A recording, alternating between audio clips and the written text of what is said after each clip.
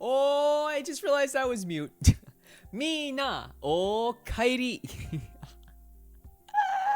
Oh my gosh, I hate streaming. Bienvenidos to mi stream. Más personas, mucho persona in the chat. Welcome everybody. Welcome everybody. How's everybody doing today? Welcome in, Quaffle, Lord de Quaffle. Bonjour, bonjour, bonjour. Responsible Senpai, getting cozy. Senpai. Responsible Senpai, pay up with the comfy cozy emotes. Welcome in. Rio, I drank the water. I gulped it. I gulped the water down my throat. Hello. Muted. Yep. Good, thank you. Oh, I'm glad you're doing good. You guys have a little home now. Look at this. Chotto mate kurenasai. Oh my gosh, what is this? Nani? You guys got a little home. You're probably wondering who this figure is that I'm lurking behind.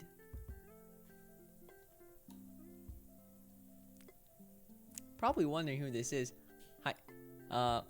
I'm gonna unmute him. Hi, Senpai. Guten Tagen. Good evening to you. How are you doing? Hello, everyone. Look who it is. Oh yes, of course. We must have culture talks today. Very cultured indeed. I see you're a man of culture.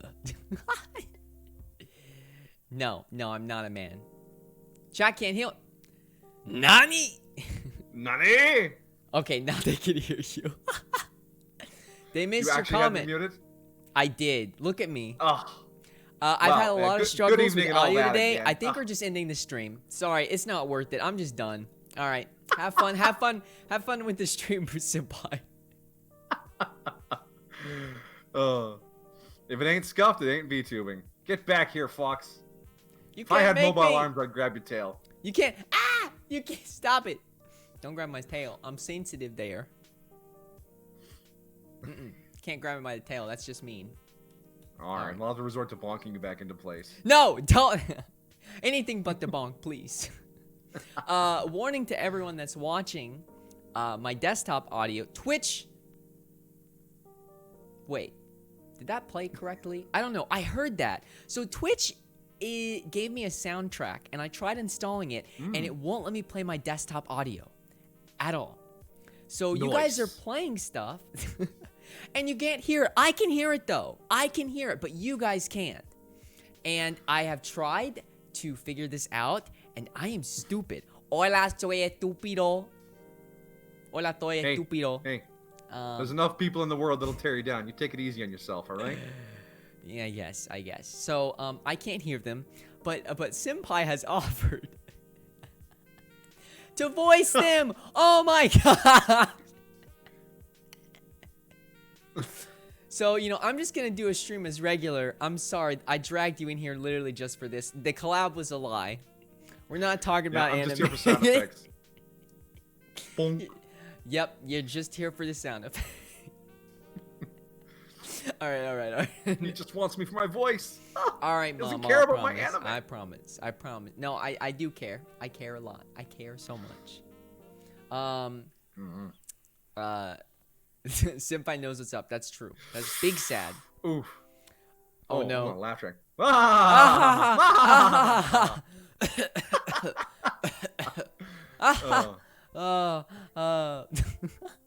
This is horrible. I hate this. Yeah, but everyone, this is Responsible Senpai.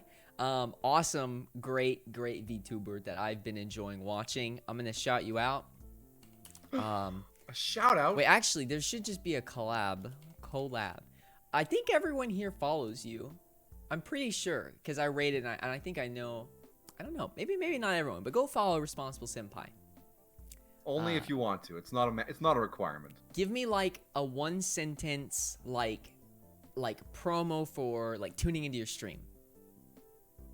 Okay. I am Responsible Senpai. I am the man with a voice. I like to read books. I like to edit audio, and I like to play some games in between. And if you're interested to talk along, I have been an anime fan for a long time and would love to talk about any of that. And I love to talk with you. Very cool. Also, yes, Responsible Senpai Nani? has a very nice voice, and I have used it to sleep before. Oh. Especially when you're playing Oxygen Not Required, because I cannot understand that game. Here, I thought you were just going to listen to my ASMR I stuff on can't. YouTube. But I no. It's my... Oh my gosh. Okay. Sexy Good Sax. No, nobody played it. Nobody played. Actually, I have. If someone does that, I'll just use my recorder to play it. Okay. Very soothing. Yes, very soothing. Oh gosh, darn. Oh my God.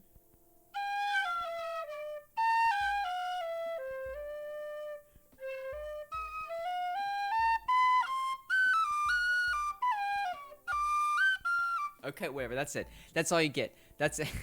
10 out of 10. 10 out of 10. Anyways, I guess we should. So I guess we're gonna talk about some anime. Indeed. So what is the gameplay tonight, my foxy friend? So I actually let me bring up this graphic. I was trying to figure out if there's a way that like I could make one for you as well, but then I would just get spoiled, and I don't really feel like it would. I don't have anyone to ask like to do it for me. But I made a little card thing. It's like a bingo card, and it has all the different like the different I guess. Let me just move my shoulder out of the way for that bottom corner. all the like the genres, I guess. And basically I have compiled like a list of like my favorite of these, and I think you have two as well. Yes, I have a list of some favorites as well. And I think we're gonna like take some time. I gave you my anime list, and we're gonna like go through and like basically anything that you want to talk about, or I guess just go through and be like, oh, why'd you rate that? You know, like we could just talk, and then after we're done like talking about anime that we watched and like and stuff, then we'll like do a little game where we guess like each other's favorite of like the type. Yeah. That makes sense, chat? Does that make sense to you? Maybe. We're gonna try and figure out Kitsu's favorites is what we're doing here. Yeah. Dive into this list. And my tastes are a little normie, okay? You know, but I haven't watched a whole lot of anime, so you know, I started with the Understandable. Or the most popular. Everyone has to start somewhere, right? You can't just pick up a hobby and know all the best stuff and have consumed everything. It takes time to get there. Yeah, I started in a gutter, abandoned by both my parents. Jeepers. We can't all be time travelers coming back in time to watch all the things we missed. That's how you do it. Okay, listen, can I borrow your time machine just like for maybe just like a day? Can I rent it from you? Rent a time machine. Oh, that's like a light novel title. If I rented a time machine from my best VTuber anime friend. There we go. And it would somehow be an isekai. Oh, yeah, it'd have to be. Because they're all isekai. In total sense. Good. Sounds good. Interrogation time. What? Yes. Yeah, I have solicited interrogation from. That sounds kind of weird. I've asked Senpai to question my taste. So let me see if I can pull up like a I guess my anime list. Let me see here. I sent you the link to mine on Discord if you want to have that open or be able to look at that.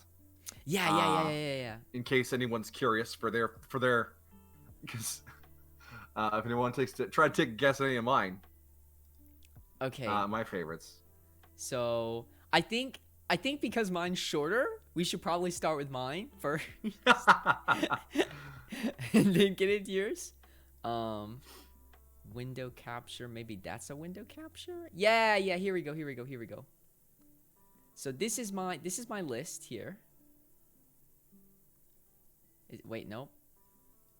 Nani. Okay, there we go. And chat's kind of in the way, but it's fine. It's fine. It is fine. It is Daijoubu. So notice one thing off the bat here. Your bell curve is way off. You got way more 5s and 4s than you got 3s. You need to watch more average stuff. No. For the sake of statistics. But my mean score is like 67, so I'm pretty harsh when it comes to judging anime. I think at least. Maybe I'm not. I don't watch a lot. If I'm watching anime that I don't enjoy, I just stop watching it because I don't have time for that. I don't have time for it. I understand that vibe a lot. Back in the day, I'm gonna say back in the day a lot. I watched a ton of anime because I had nothing but time and I just consumed everything, whether it was good, bad, great, whatever, right? Yeah. So there's this big glut of really averagey anime sitting on my list. Stuff I barely remember. But it was like all you had, or it was just what you watched. Yeah. But I was watching like 5 or 6 episodes a day at some points. This right? boy like, over here in diapers watching like Gurren Lagann and all right, I don't know it's a really old anime like Cowboy Bebop. I don't know. Sakura Wars. Yeah, Sakura Wars. Slayers. I don't know what that is. I'm gonna be saying the that a lot. Foundational animes of the late 90s. What program is this? So this is a website called AniList, and this is what I use for keeping track of my stuff because I didn't know about the other. Literally, someone was like, "Oh, I keep track of my anime list here," and I was like, "Oh, that's cool." And then I got it, and then I realized that like most people don't use this, so. Unfortunately, most people use my anime list. Yeah. The interface on that is horrible. Yeah, it is. Anime Planet's interface is so much slicker. I checked out my anime list because that's a big one. And I was like, okay, yeah, I'm just gonna stick with what I have for now.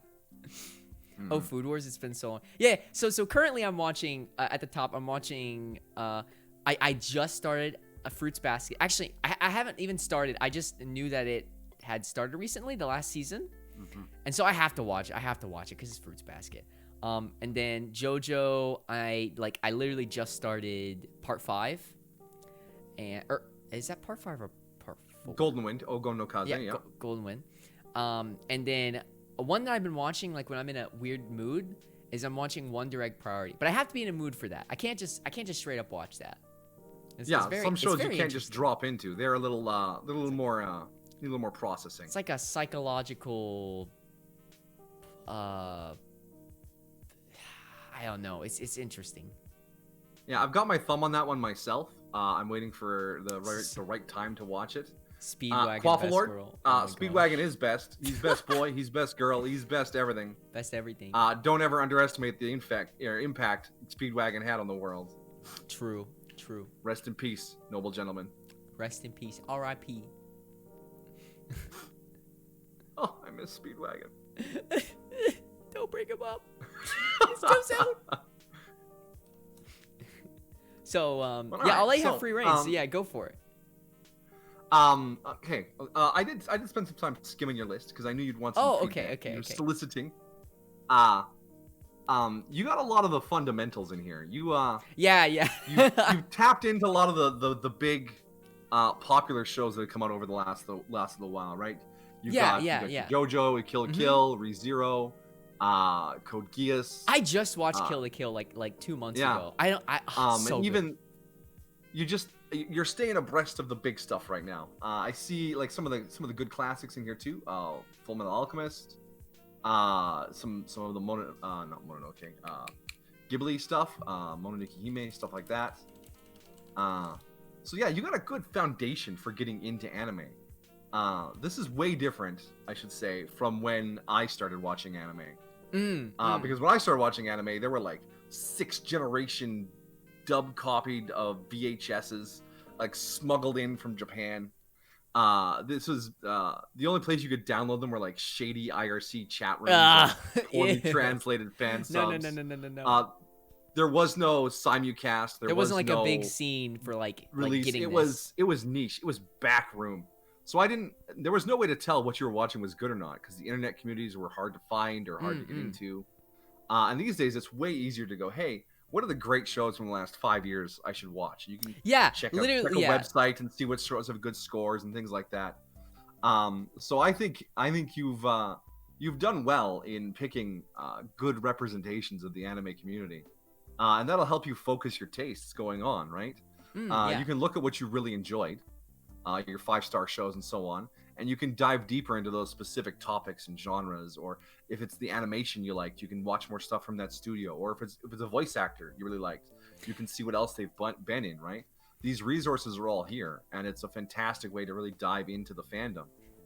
I literally, like, after watching Kill la Kill, I literally like Googled like what was the studio, which is, I think it's Trigger that for Kill la Kill. Trigger, yeah. And every time Trigger releases an anime, the meme is Studio Trigger saving anime again. Yeah, and so I didn't really know about, like, I kind of know a little bit. There's like White Rabbit and like I know some of them, but like none of them have, like, since I'm new, like none of them has like been ingrained where like, oh, these are like the key telltale signs of, you know, this studio. But I looked at the studio and I looked up the producer, and I was like, okay, what other anime has this producer like been the lead on? And like I found so many other good anime that way, and like it's like, it's a really weird way to think about it because most people are just like watch what their friends say or whatever. But like if I find an anime, or like if I find something that I really like the writing on, I'll try to like find like, okay, who is in charge of like the writing for this show or like the film, and then I like look at other projects that those people have done. Yeah, there's a site out there called Sakugaburu. Sakugaburu. Yeah, okay. And it's a showcase of high quality animation. Usually combat sequences, but sometimes it's other stuff too. So if you see a really slick looking scene in an anime, you can find out which key animators did just that scene, and find other stuff done by them. It's a really cool resource because sometimes you'll see what is the show? Kimetsu no Yaiba. There was that fight sequence in episode 19 that just blew everyone away. Still held off on that for a bit, but I know what you're talking about. Yeah, but episode 19 had a legendarily good-looking fight scene in it, and you can go on Sakugaburo, find that scene, and you can find all the animators who worked on it, so you can see other stuff they've done. Yeah, that's cool. Yeah, it's funny because like I just got into really into like animation, like not like animated things, but like the process of like what happens behind animating. I had watched like Avatar again when it like got on Netflix, and I actually had like the bonus DVD that has like basically like talks about like the studio in Korea that was animating, and it blew my mind, and it opened my like brain to like, oh shoot, I should learn about this for anime, and like just like knowing about like just even the existence of like key animators and in between animators and like all the work that goes into like a shot or a scene, like it just like it's so cool. Kawaii. There's an anime about making anime that touches on that directly. It's called Shirobako. And then there's an older one called Animation Runner Kuromi, which is a series, a short series, like 6 episodes. also about getting an anime made, and they talk about the key animators and the in-betweeners and all the work that goes into producing an episode, and they talk about the turnaround times, all wrapped up in this career woman trying to find her way, or in Shirobako, the studio. And yes, I see you there suspended, hands off Izoken, another great show about animation. I didn't mention that one because I haven't actually seen that one, even though I know it's a quality work.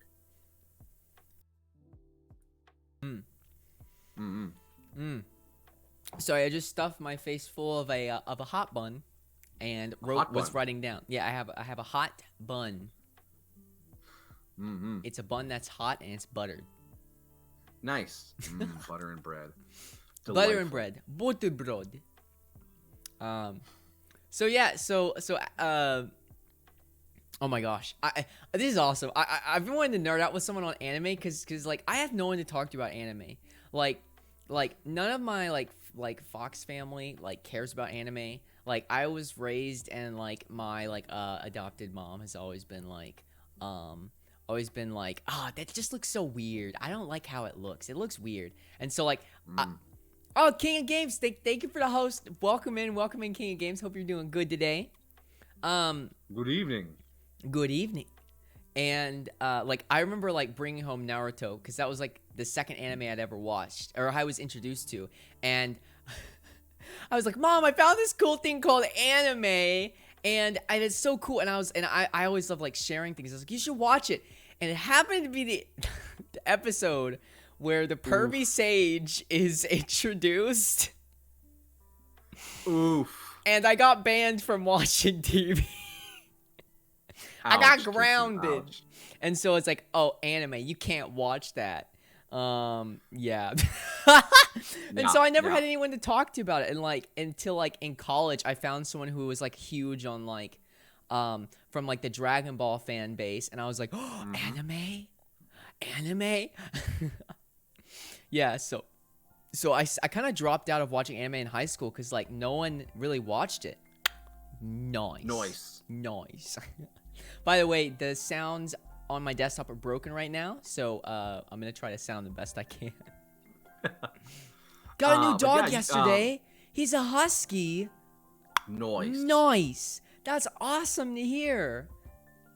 That's so cute. Post pictures in the Discord if you feel comfortable with that. I want to see. Doggos. Little baby pupper. Oh my goodness. Adorable. Okay, yeah, you wanted to say something? Yeah, I found anime around the same time as you, relatively in my life. The last year or two of high school. But my parents didn't bother themselves too much with what I was doing. They just let me do my own thing, so they never really had to interact with it. And by the time they asked what was up, I was already at critical mass. There was no turning around. And then I went over to my my university and joined the local anime club there. Oh my gosh, anime club. That's a culture I wish I knew. Online streaming killed the anime club, because it used to be the club was where you got to trade and interact and find the new shows and all these things. But as things became easier to get, you didn't need to go to club anymore. And it just sort of fizzled out. The club just disbanded a couple of years after I left university. And there just wasn't enough interest in it. Yeah, I remember like for me it was like middle school. It was like just one person that I knew that was like my source of all anime, which is really weird because I got like a completely like skewed introduction to anime based on like what this person was into. So like I only thought there were like really edgy like anime. Like I didn't know that there was like anything outside of the realm of like, because like he was into like Death Note. Like Death Note was just coming out, and like Naruto was like very early. And like into like what was the other ones? And then I found Fruits Basket on my own, which had like I think at the time, when was this? It's probably like 2006, I think, maybe. So like Fruits Basket had been out for a while, and so it was completely done, and I like binged it in one night. Like I literally stayed up all night, and I was like, oh my gosh, it opened my mind. I was like, I didn't know. Like it was like, oh, anime can be romance, and then I was like, oh, anime can be like action. Anime can be like, I was like, oh my gosh, it's like regular shows. Like there's so much. Yeah. It's not that always was one like of the stigmas us in the club helped fight against back in the day. Anime isn't just pervy stuff Hi, and Nugs. violence. Welcome Anime in. is a medium, not a genre. It can tell any story. No, yeah, exactly. Yeah. And also, like, during the time, like, the early 2000s, I talked to you about this, like, Code Geass. When we start talking about anime, before we start talking about anime, Code Geass, like, that art style is very, like, it was very, it came about very, like, prominently in the early 2000s and was, like, established in that, like, 2005 to 2000, all the way, like, 2009 or 10. And, like, because everything kind of looked like the same I was watching, except for Naruto. Naruto was a completely different style that was, like, its own thing. But everything kind of looked like that. I just assumed that all anime was, like, oh, it's, like a type of entertainment. Like, but it's not. It's like a medium, not a genre. Exactly, right? Yeah, like I said, that was one of the things we pushed against back then. That's back so in cool. my day. Back in my day. Yeah, so anyways, I guess we can look at my completed anime. So, yeah, so this goes from, the way I have it laid out is it's like 5-star to, 0 stars, and then anime that I've dropped, anime that I plan. But yeah, what are your thoughts? Well, looking at your 5 stars, I can totally agree with Code Geass. I can agree with Cowboy Bob. They're both fantastic shows. Code Geass has so many awesome things going on, characters, and they're not right? all the 5 stars. Sorry, all the 5 stars are equally rated. The reason that Attack on Titan is first because it goes alphabetical. So there's some things that I like more than Attack on Titan. It just goes alphabetically. The version on my screen does not have Attack on Titan first because my names are sorted by Japanese. Oh, okay. Well, then never mind. But yeah, no, Code Geass. I was live watching fan subs at the time this came out, and it was just such an amazing ride. I remember Code Geass Sundays, the day the episode came out. We'd all gather on a forum and like just nerd out over it after the fan subs came out. What's gonna happen next? What Lelouch's big plan is? Just all this crazy stuff. And it's got the Clamp character design, and then that A1 Pictures mech. I think it's A1 Pictures. Mecha design in there, and yeah, it was quite a milestone in anime, right? Especially the double season, the Sunrise, full year. Sunrise, thank you. There we go. Not A1. But yeah, no, having 5 stars, that's 5 stars for me too. I love that show. Yeah, I had just started this because I've been sleeping on it forever, and it was because that style, I had kind of kept that style, like when I started anime, like that was kind of the style, and I got very sick of it, and I was like, oh, this is like an old anime or whatever. But I recently watched it, and like I was able to kind of. It took me a little while to kind of get past the style because this is not style I like. But then I got into it and I was like, oh my gosh. And I finished it. When did I start? I started season 1. Why do I keep doing this? I keep accidentally pressing the wrong thing. I started season 1 on the 30th of March. And I ended season 2 on the 1st of April. So within how many days? Is that any days at all? That's a lot of episodes to watch at once. Yeah.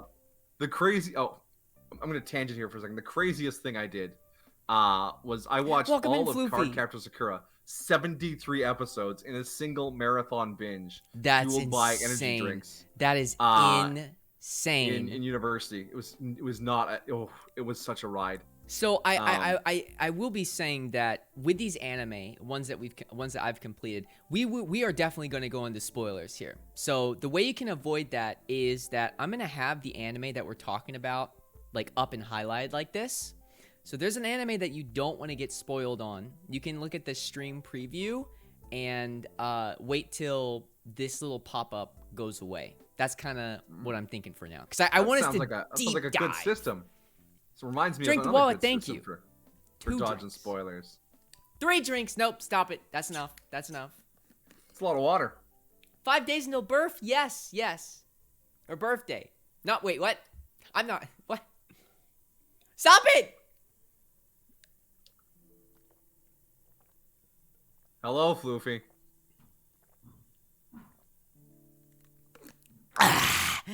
Okay. Big thirst. Big thirst. All right. So the reason I watched this because I was watching and because you don't know who Sea Dog is, I don't think you might know who Trash Taste Podcast is. I'm familiar with two of the guys on Trash Taste Podcast. Okay. Joey the Anime Man and Giguk. Yeah. I used to watch them. So they have a podcast where they talk about anime, and they basically just have a bunch of conflicting opinions, and they argue for like 2 hours. It's great. It's very entertaining. I don't hold any water to their conversations, but it's definitely entertaining. One of them was talking about spoilers, and when is the expiration date for you to be able to spoil a show? And one of them brought up, they were like, well, I don't like spoiler culture because I was spoiled the ending of the first season of Code Geass, and everyone was like, oh no, really? And he's like, yeah. And I was like, okay, based on their reaction, apparently I like twist endings for seasons, so I'm gonna watch this show now because it's been on my list. And then I binged it, and it was so good. And I got King of Games, he asked what anime, and I said I was watching this, and he also watched it. We watched it like near the same time, and we both really enjoyed it. But this was probably, and I didn't even know it was a mecha anime. I didn't even know it was a mecha. I didn't even know. If I knew it was a mecha, I probably would have watched it. Code Geass does a lot of things. It's a little bit of alt history. It's a little bit of suspense. It's a little bit of mecha. It's got some sci-fi in there. It even toys with a little bit of like the harem comedy kind of fan service thing here and there. It's a very versatile show. Yeah, it's weird because like, I had heard that it was a sci-fi show. And I being a film nerd, I have a lot of opinions on what sci-fi is and what sci-fi isn't.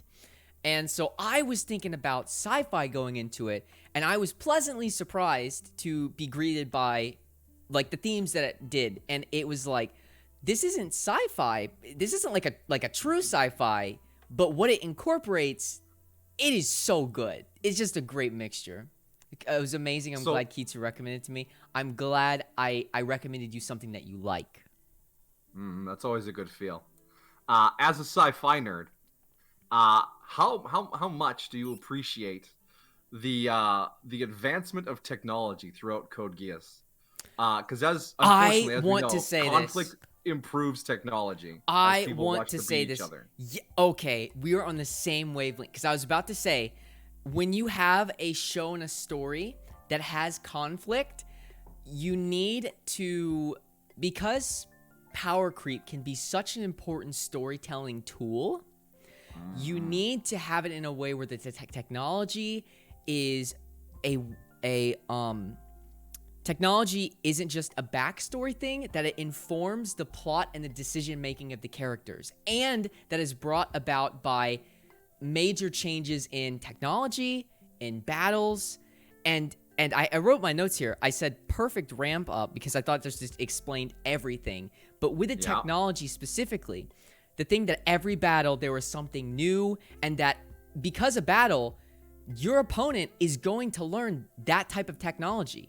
So like, sure, you have this impenetrable shield, but your opponent now knows you have an impenetrable shield, and next battle, they're not going to fall twice to that. And exactly. Every battle, every mech battle, I was always surprised. It always got me in a oh moment. Because is that what they have now? Is that what they have now? And then when I saw the flying ships, I'm not I always kind of, it's always kind of cheesy. Like every sci-fi has the flying battleships, but it was the first time where I was like, if I had paid attention a little bit more closely, maybe I could have seen this coming, because it makes sense. The whole flight suits with the mech, the technology that they used, perfect. It was beautiful. It was a perfect example of how to create an evolving technology that it's actually important and we care about. Exactly. And the way things move in lockstep, right? Your hero units get the fancy suits. And then when they get the next ones, the mooks get the same kind of technology the heroes used to have, because it goes into mass production. And then the battle to secure the scientists. The woman and then Professor Lloyd, which side they were on, managed to sway a lot of tech power too. Oh yeah, it was all rolled in really well. I think I've never been able to see such a good anime to point out to people and say, okay, here, these people are major players in the story so clearly than in this anime. Because, like, you can see when someone's thinking about switching sides, and all of a sudden you have a, oh my gosh, this could be terrible for the heroes if they switch sides. This would be devastating. You instantly know that's a major player in this conflict. And, like, it's got politics in it, which I love when anime does politics in a dramatic way. The writing was excellent. It kept me on the edge of my seat. I mean, it was just binge-worthy. Absolutely. And of course, we can't forget Norio Wakamoto's performance as the Emperor, because that man is the voice of God. That guy, I mean, I actually am curious. I'm gonna go in to see if I can. Wait. I'm on repeat. I'm so excited. I'm gonna see if I can find his voice actor on here.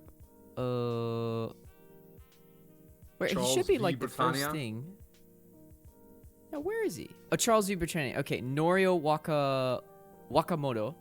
See if I know any other things that he's played. I don't think I know the other things that he's played. I haven't watched any of these, but yeah, his voice was so fantastic. There was a little sketch comedy back in the day, Azuma Gadayo, and he did the voice of one of the characters' dads, but her dad was also always represented as a cat plush, which made this awesome disconnect between this strange orange plush cat and the voice of Norio Wakamoto. Nice, King of Games. I am very excited. I'm very excited to watch that eventually, like in a year. I'm very excited. The backlog I'm looking is real. forward to it. So yeah, I did want to say, because I did write some notes for the second season. What did I say? So I usually, if an anime has a little message here, that's because my brain got the writer part of my brain, the part that makes D&D adventures and the part that makes just like writing and short stories, because I do a lot of that. Like, it gets it activated, I'll always write down notes. So I said, like, the character development is out of the world. Writers need to take notes on Suzaku. Oh yeah, okay, this is actually I forgot what I wrote down here. Suzaku. The man who desperately wants to die, but is forced not to, and the power that comes out of his mental dissonance between these two thoughts. What lengths he goes to enforce his own choices, his dissonance, to close that gap. The first time an anime has managed to go to space, then land the plane back down to Earth, the cat and mouse game never gets old with the ramping up of technology. Somehow they always manage to spice it up in a new way. Suzaku is probably the most well-written character I have seen in any anime. Because when you find a way to give your character conflict that they cannot resolve by their own means, you create a drama. You create an excellent story. And yeah, his relationship with Lelouch over the course of the series too, right? Friends to enemies to unwitting allies at the end there. It took like Death Note. On the title of Zero. Oh my goodness. I know. It took like a Death Note Light Yagami? Is that his name? Yagami, yeah. Light Yagami and L? Yeah. It took that cat and mouse thing that's why I love that show, and it just it said, okay, well, what if they were friends? What if one didn't have a memory and they knew that he was evil, but he didn't know? What if they were enemies? What if they decide to be like that? Oh, it absolutely. I love when an anime is willing to risk it and just take a archetype and just go absolutely. I can't think of another expression. This is kind of crass, but like balls to the wall. Like, just go absolutely crazy with it and try to do something just new and break it, you know? And I think that's what they did with their relationship. Dial it up to 11, yeah. Exactly, yeah. It was L at first, and the next ones were O and M, or N and M. Yeah, there were a bunch of names, or a bunch of letter names. Yeah. Here's an unpopular opinion about Death Note. Now that you've mentioned it, everything after L died was objectively worse than everything before L died. Yeah, because the reason I enjoyed that show was because of those two characters, the cat and mouse.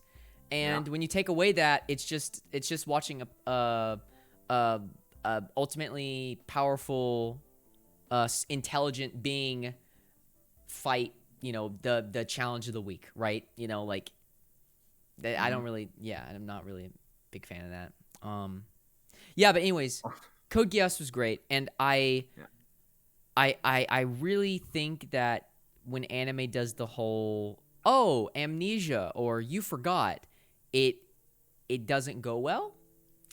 But I think they managed to not have me sold on that idea when season 2 started, but the way that they did it to where my brain had to figure out what was going on, that was nice, I think. They built a framework for it with the other Geass powers, right?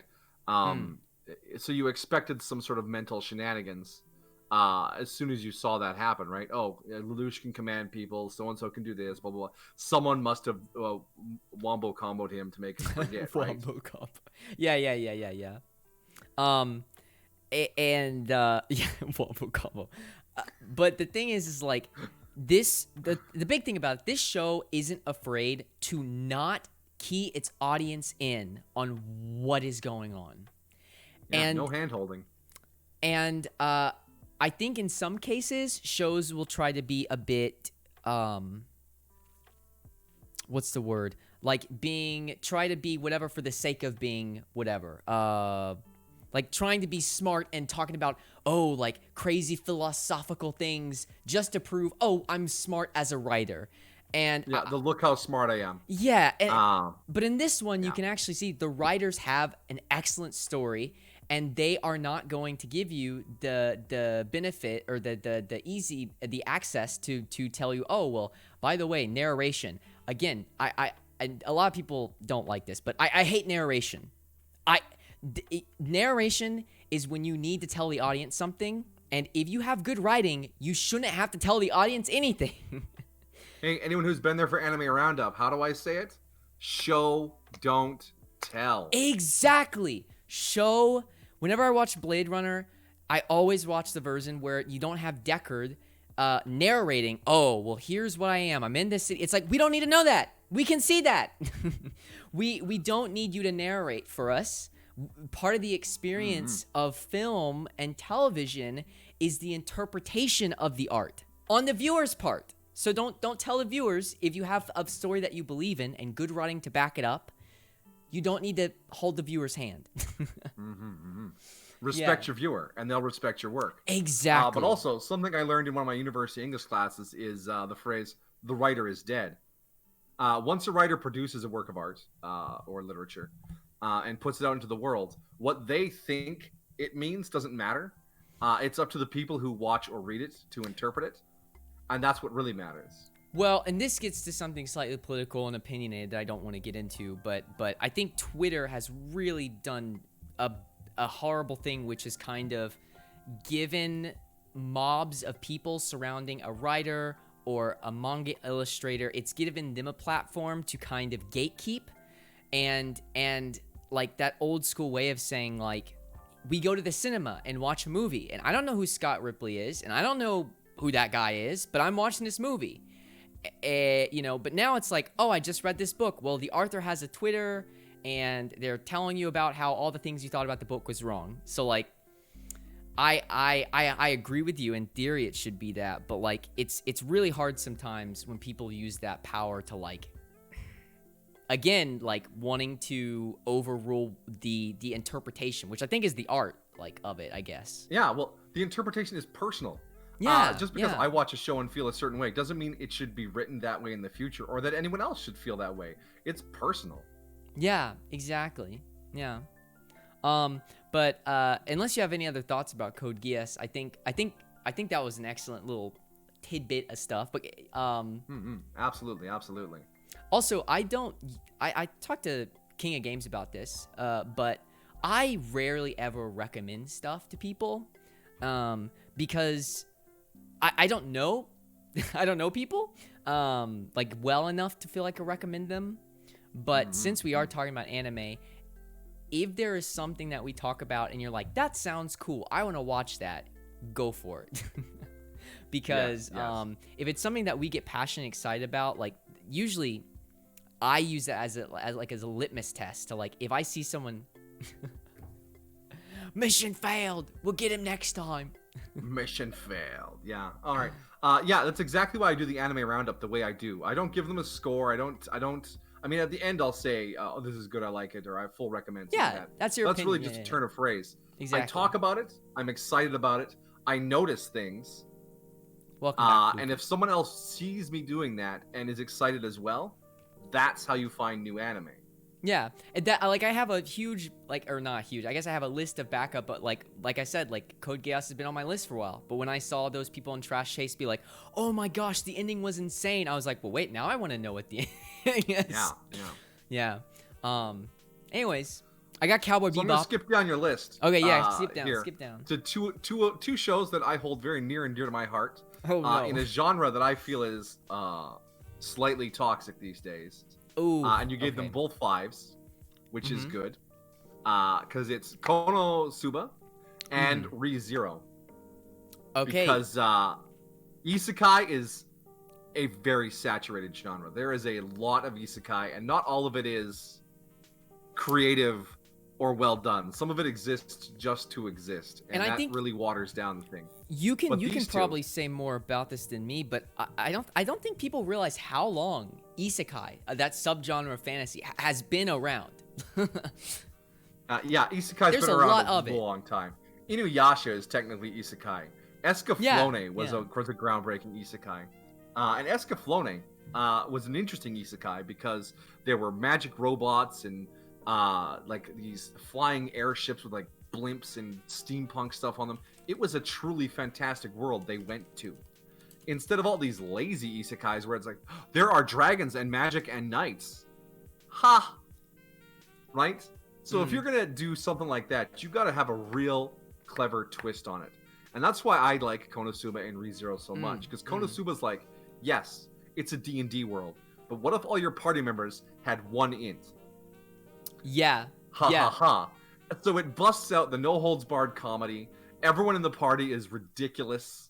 Every time they get into a problem, it's a mess, and it's so fun. It doesn't take itself seriously at all, and especially because every time they find an ancient relic that's going out of control, they were all created by the same guy who got isekai'd to this world like hundreds of years ago. It's great. It's fantastic comedy. So it takes what would be a fairly bland setting, D&D style fantasy, and elevates it just to something truly special.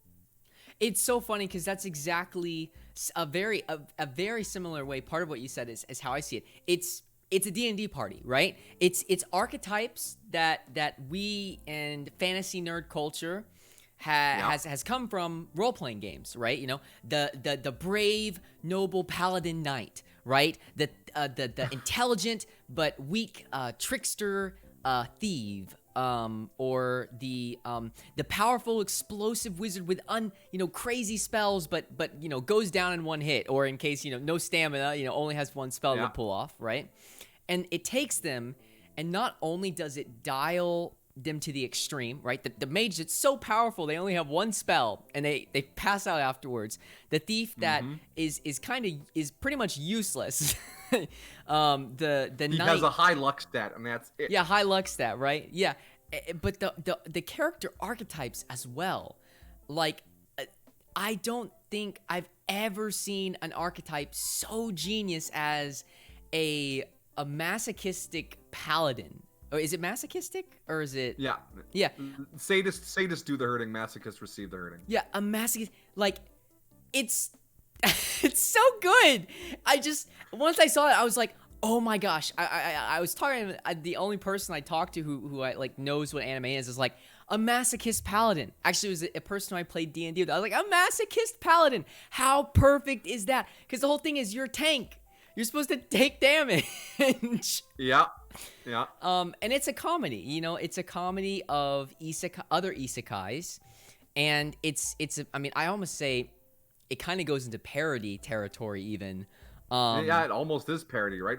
Yeah. From the beginning, it's like, did he get hit by truck-kun? Was he saving someone from traffic? And she's like, no, they would have been fine anyways. You just got in the way and you died. So I died when the truck hit me? No, you were so embarrassed that you died of embarrassment after soiling yourself. Yeah, it's not necessarily parody, but it's self-aware comedy. Yeah, it is. And a little bit, it reminds me of like a bit like Monty Python, a few Monty Python skits that take a subject and are very self-aware and on the nose about, these subjects. And I really enjoy, like, I didn't laugh. I've laughed so hard in Konosuba. I know. I've never laughed before. I never laugh by watching stuff. But Konosuba, I've watched Konosuba 3 times. Once on my own, once with one friend, and another time with 2 different friends. Floofy Holy and it Grail just is kills great. me every time. It's such a great show. It's so great, yeah. And then it's funny because you also mentioned ReZero in here, and ReZero I like for a completely different reason. Yeah, completely different. I consider them the 2 ends of the isekai spectrum, right? Yeah, exactly. Konosuba is completely is lighthearted and fun, and ReZero is edgy and dark and brutal and just pure suffering. I will say, however, when I was watching Games, thank ReZero, you for the dono. Oh, thank you very much, King of Games. Thank you, King of Games. But yeah, it's dark in all sorts of ways. Plus, I was watching it weekly when it came out with the Reddit community. And every week, they'd be counting deaths and predicting things and making memes out of it. And it was a community experience, ReZero. But the other thing that elevates ReZero is White Fox Studios. White Fox Studio. Out of their way to make it the best show ever. The animation is crisp and clean and perfect. They dropped openings and endings to squeeze in every last bit of content. I think it's a running VAs, joke where it's amazing. It's like White Rabbit holding the in between the 2 buttons, and it's like cut the outro and sneak in a bit more of the writing, or play the outro and it's like sweating nervous. Yeah, exactly, right? And yeah, they put so much love and attention into it. Season 1, episode 15, there is that movie style credit roll at the end when he gets to the frozen episode mansion. 15, and it's episode like 15 blew my 90 mind. seconds of just haunting Blew my music mind. as the world freezes. When I and you're watched just watching that, it like, wow.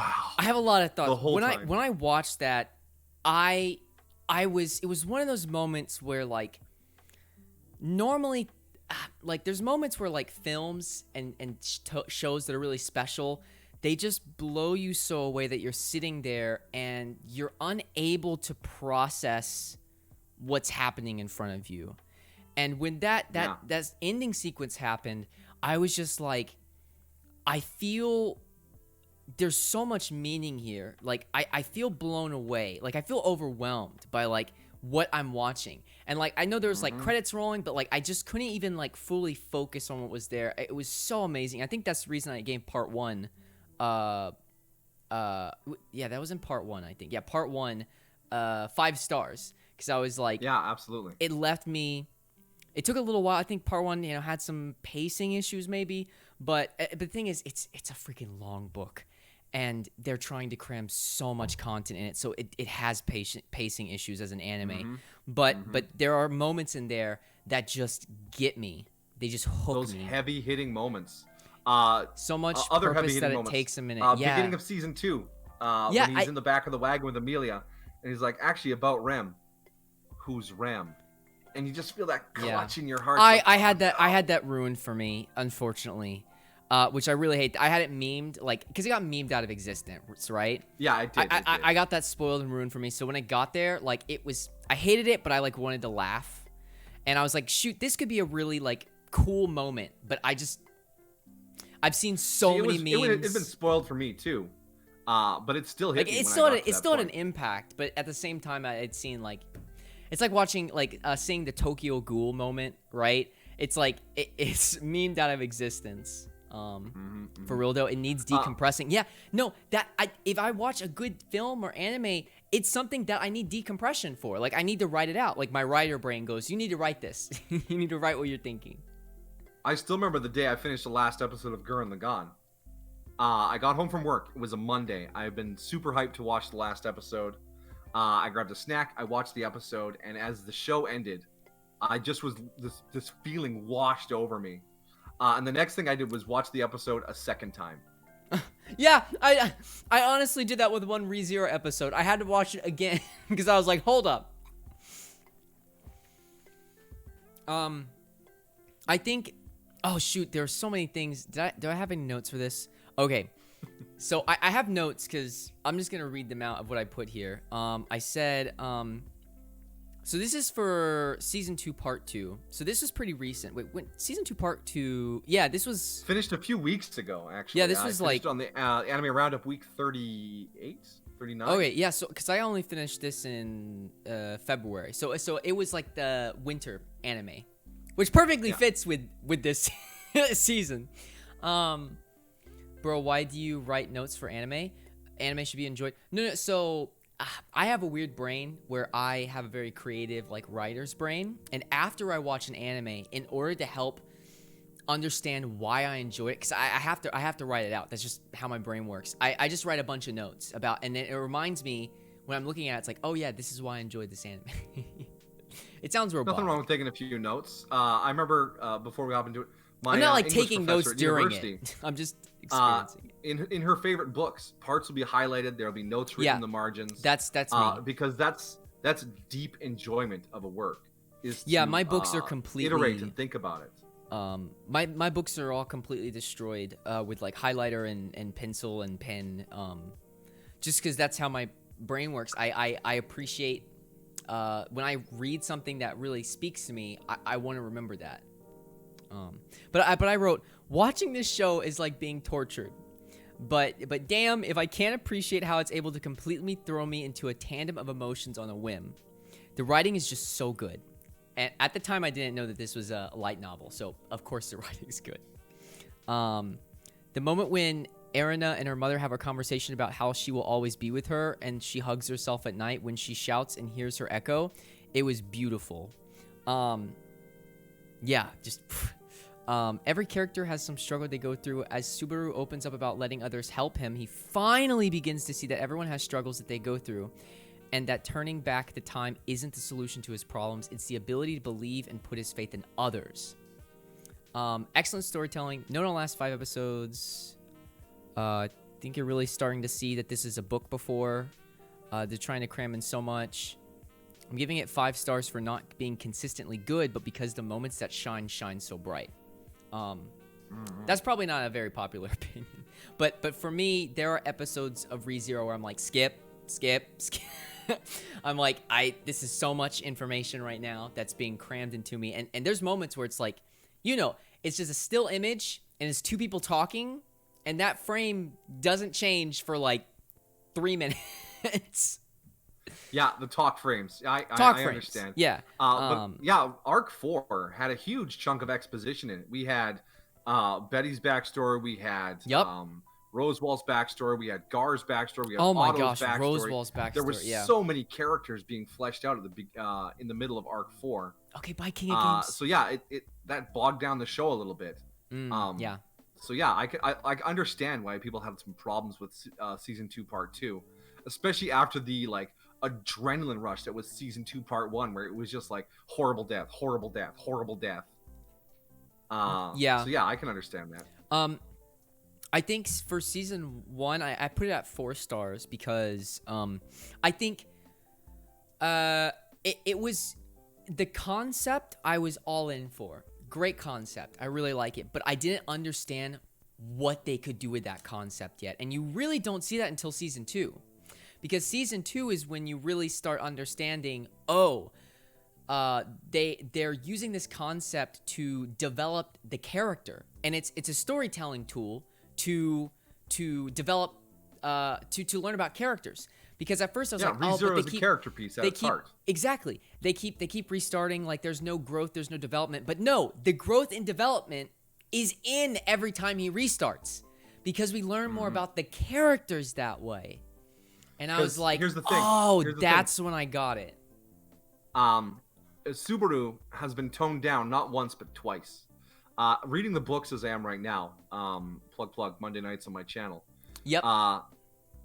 Subaru is more of a heel. He's more blunt. He's more he's a bit of an he's a bit of an ass. He's a bit of a jerk. And a little entitled. And from what I've heard, the web novel, which the light novels are based on, he was even more of a heel there.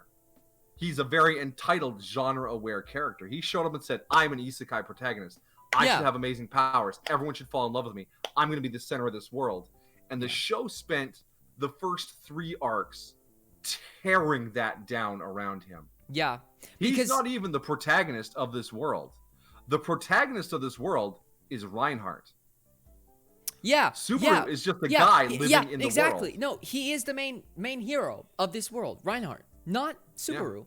And I think the episode where he gets his butt handed to him and he's in the bed and he's trying to explain to Amelia. The blowout with Amelia in the he's trying to explain to Amelia, like how, whatever, like, and he's bedridden. That was the moment for all I've done for you. That was the moment that I realized, oh, Subaru is not the good guy. Subaru is not the guy that I should be rooting for. And I realized Reinhardt is somewhere doing something to save this world. They were putting us through all that, and I got so frustrated. And maybe this is even why I got a 4-star, because I was so angry that they could play with my emotions this way. But like seeing him getting torn apart, I was like, this is just bad. I was like, this is just bad story writing. How dare they? Like, this is just being. I honestly thought it was being nihilistic, and I was like, oh, this is a nihilistic piece. Is that the right word? Where he gives up hope. I was like, oh, this is just this is a volume piece 2. On his inner monologues are exactly about that. Why do I keep trying? It doesn't matter what I do. I'm just gonna die. He totally gives up and goes.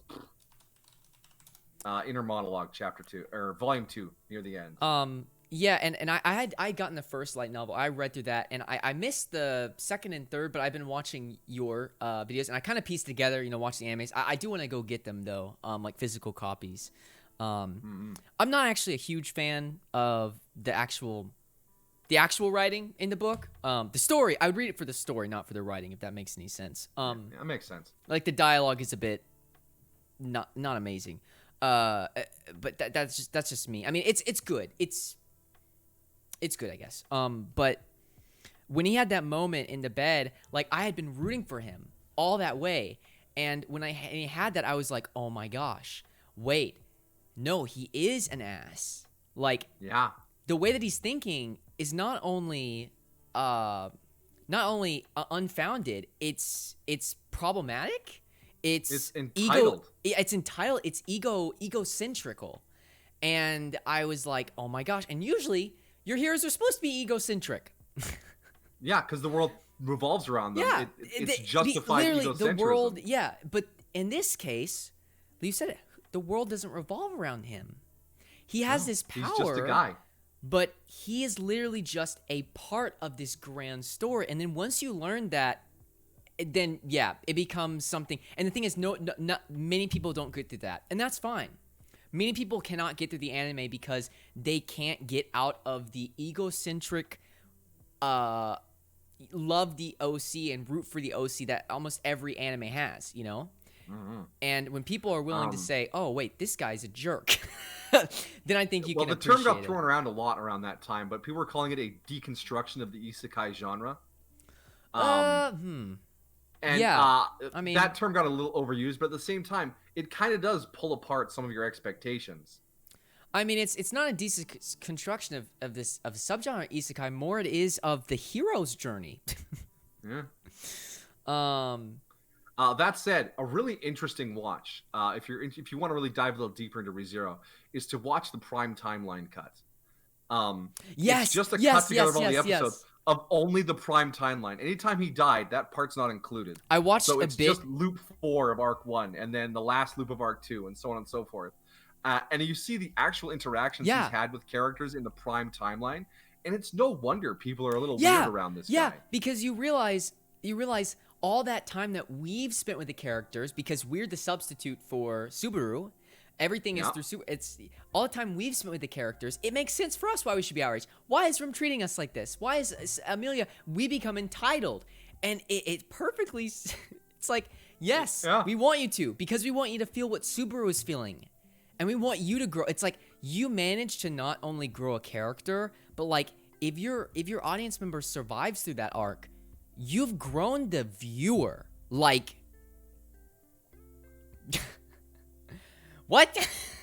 I know, right? It's an amazing piece. Amazing Yeah, so I piece. can't say enough good things about ReZero. So what I like to focus on is nitpicking about things I don't like. Because, I mean, it's great. It's great. So if I sound, like, critical of it, it's because there's so much good that I just look at the parts that I like to nitpick. But yeah, You're so welcome, to loop King back of to our Games. overarching topic, when it comes to Isekai, those two are my gold standards. Oh, yeah. Definitely for me. And then of Absolutely. course, one of the founding ones I mentioned earlier, Escaflowne, is a great isekai that doesn't fall into tropes because it was older than the tropes. Mm-hmm. And then another isekai I'm a huge fan of is Saga of Tanya the Evil. I have heard of this. All right. This is a Japanese businessman who is successful, which means he is cutthroat, getting isekai'd. And the god shows up and is like, why don't you have faith? He's like, the world's too comfy to have faith. Science has figured out a lot of stuff. Nobody prays. What are you talking about? Don't ask me to pray.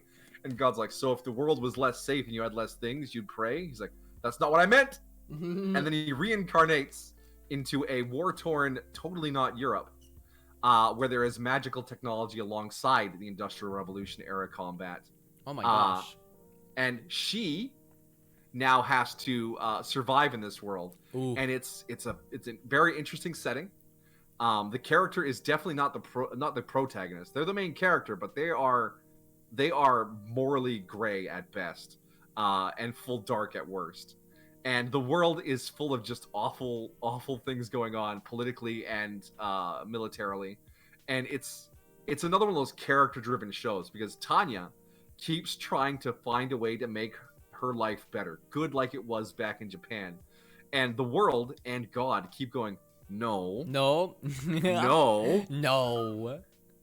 And it's a really interesting isekai because there's magic, but it's magic World War One. Wow, that sounds, I wrote that down because I have heard about that before, but I haven't actually put it on my list, so I want to do that. And because we're in kind of a dry spell for both of these shows, I do want to get my hands on a little bit of isekai action. Yeah.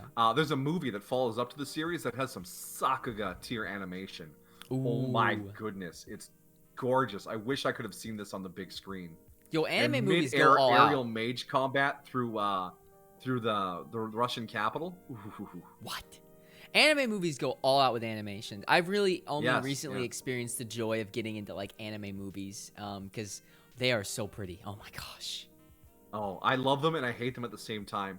I live in an area where the nearest theater that has a chance of showing an anime movie is 2 hours away, and these things get announced for show times within a week or so. And, so and it's they tricky to only get run time for like off a to week. make the trip. Yeah. So they're amazing experiences that I have to miss almost all the time. And because of not licensing, publishing, you can't find them like anywhere.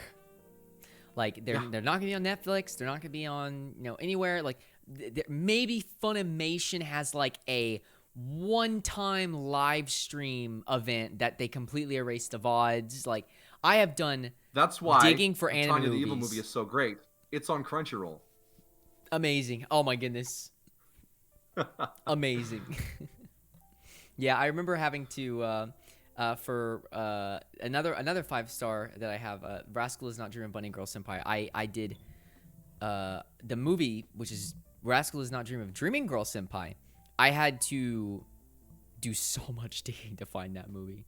I ordered it I still haven't seen the movie off for of that a either. Japanese-only website and got it shipped to me. To get it shipped through another company to me, it took like a month, and then I got it and I watched it and I have the DVD now. That's cool. Ship me the DVD. I need to watch that thing. Have you watched Rascal Does Not Dream Bunny Girl?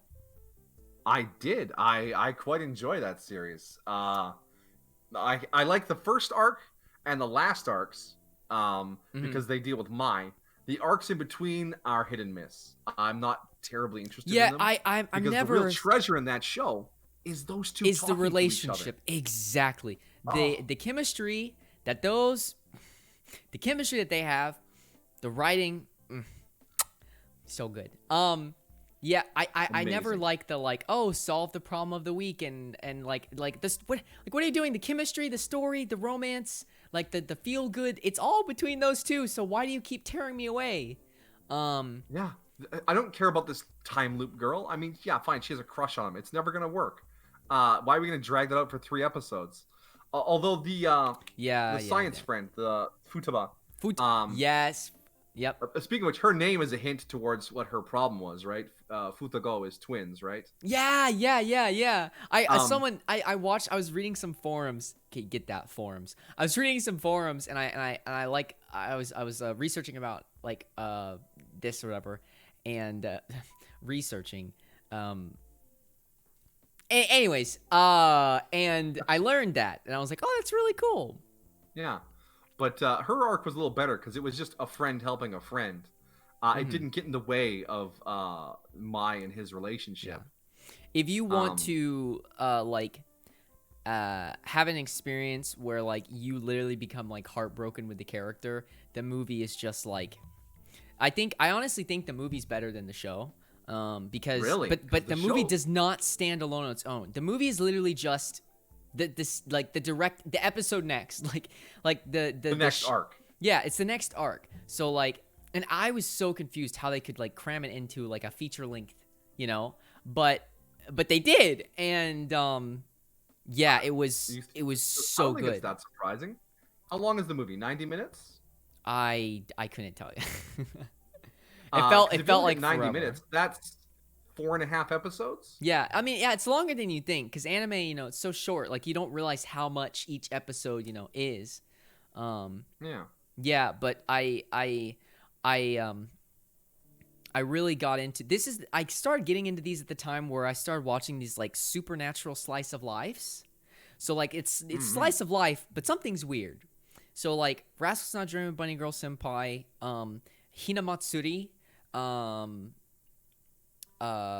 what's the other one that's like no, Erased isn't really slice of life, but there were a bunch of these shows. There were like a couple other where like they were like normal slice of life, like oh, like girlfriend or school or whatever, but it'd be like, oh, but he can time travel, or oh, but all these people have strange abilities, or oh, but the girl is psychic, right? Like normally they're just slice of life, but then they get spiced up. Like I really like those. It's the slice of life twist, right? Yeah. It's just like the Isekai twist, right? You go to another world, but this thing, it's like a video game, or but it's this skill you had in real life applies to this fantasy world.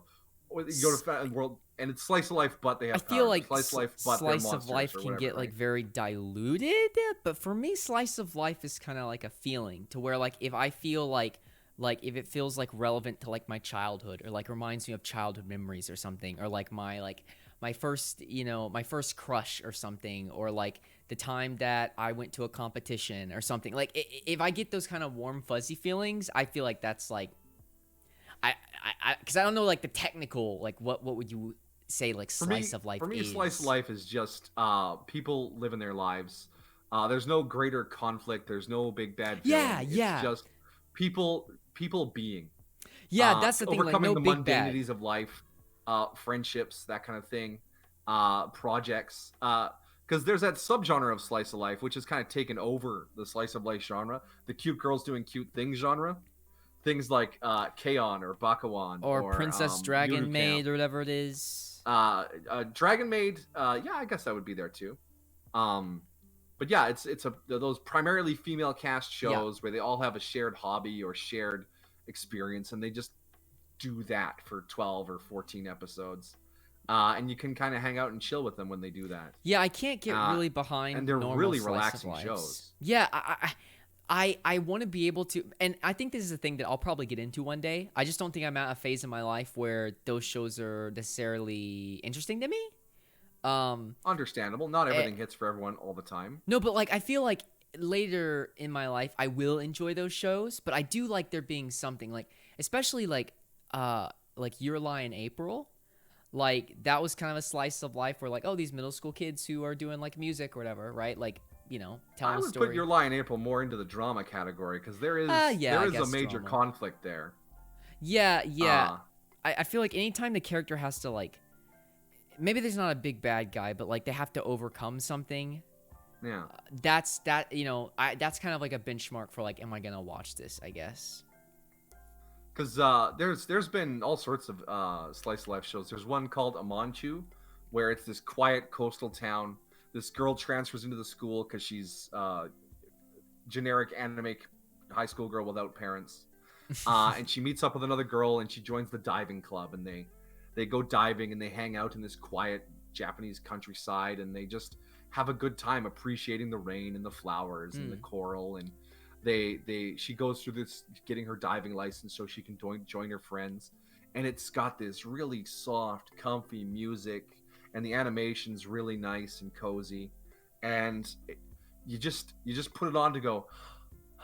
Yeah, and that's slice of life. I feel like I'll like slice of life if I expose myself more to it, because like I like doing that with other forms of media. I've never done that with a show, and I think that's the only thing that's kind of holding me back from being like, is this something interesting?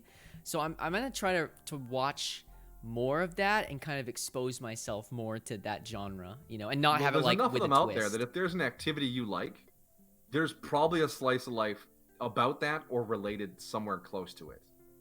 Yeah, I'm gonna look at a few. But yeah, anyways, I like that one. That was good. Oh my gosh, it's been an hour and 20 minutes and we're still not even through my 5 stars. We should does anything else jump out to you than the 5-star stuff, or I see the Attack on Titan up there, but I'm gonna be honest, everyone loves Attack on Titan. I mean, yeah, I haven't met anyone who was the harshest opinion I've heard on it is it takes too long to come out, so I'm not interested anymore. I literally stopped on season 2, like when it came out, in 2015 or something. Is your note for the final season just banger, banger, banger, banger? Listen, we don't need. By the way, this lied to me. It says Attack on Titan final season. It's not the final season. It's final season part 1. Split cores or stop calling split cores one season. That should be Attack on season 4. And the next one could be the final season. So you don't even want the notes literally on my stream. If I tab over the notes for season 3, which is my notes for season 3, part 1 and part 2, because I took it all as one continual thing. It goes beyond the screen. Wow, big notes. And we don't have to get into that or not, but okay, let's just dive into the last season here, where we got a good look at the whole world. Okay. Because it's recent, it's fresh in our minds, right? Yeah. Who are the good guys in Attack on Titan as of where we are right now? I am so glad. This relates to what you're saying. I am so glad that freaking wait, what's the studio again? WIT did the first 3, and then was it MAPPA did the last one? MAPPA, or whoever is in charge of the writing. I am so glad that they got approved by whoever was in charge, that people thought this was a good idea, because it is a good idea, to literally do the thing that makes sense and have Eren be a homicidal maniac. I'm so glad, because he has been conditioned to become this homicidal maniac. Yeah, he has all this power, he has this crummy life, and now he has the memories of 1, 2, 3 Titans swimming around inside of his head. He's a little imbalanced. Yeah. I am so glad that they didn't do this like, oh, the power of friendship, or somehow he's still the good guy. Like, no, that guy is messed up. He has so much PTSD. He was enrolled and brainwashed by the government from a young age to fight monsters. He has literally been, like, given the most powerful thing at all. Like, this guy is gonna be a crazy person, and I'm glad that they went that direction with him, because so many films, it's like, man, if they made the bad guy turn evil, you know, it would be so much more interesting. And I'm glad, I don't want to say he's evil, he's understandable. I'm glad that they went this way with him. But here's the thing. I don't think anyone is cut and dried evil aside from No, they're the not. Marleyan government and military. Everyone else has some sort of reason that they were wronged and is seeking vindication or justice in some way, right? Yeah. The Eldians on the island, the Eldians living under Marleyan rule, the other nations of the world. It's a war of attrition. Totally not Japan nation that is allied with the Eldians. Yeah. Well, everyone allied. Allied. Yeah, they want to exploit their resources. And even on a personal level, like Reiner has some problems. Yeah. He's had a bad time. And Aaron, I say Aaron, but it's Aaron. Aaron has experienced a little bit of Reiner's life. And he understands. He's like, listen, I'm not trying to change you because I understand what you're going through, but this is how the world works. I gotta do what I gotta do. You gotta do what you gotta do. And that's why we're held off of him approaching, the island and him being like, Reiner. I was like, goosebumps, because these are two people that make sense. I understand why this guy wants to die. I understand why this guy wants to kill this guy. And am I angry about it, or am I frustrated, or am I one's evil, one's good? No, not really, but it makes sense. There's a lot of conflicting agendas in here, right? And even what happened to Mikasa in the last season, right? She doesn't actually like Eren. She's been genetically or hypnotically programmed to defend the founding Titan. Yeah. Like, and I really I really hope they don't pull a Lelouch on Eren. I really hope they don't, because with Lelouch, that made sense. If you went back and rewatched, you'd be like, oh my gosh, yes, it makes sense. With this, he is bad. He's not bad. Sorry, I keep using the word bad, but what I mean by that is he is not someone that the audience should root for. Exactly. Because no one in their right mind would root for Eren. He's done some horrible stuff. It's one of those things where people watch that performance killed so many innocent bystanders just to achieve a nebulous goal. It's funny how many things that they have to do for people to realize, oh wait, I shouldn't root for this guy. Because a lot of times in media, especially in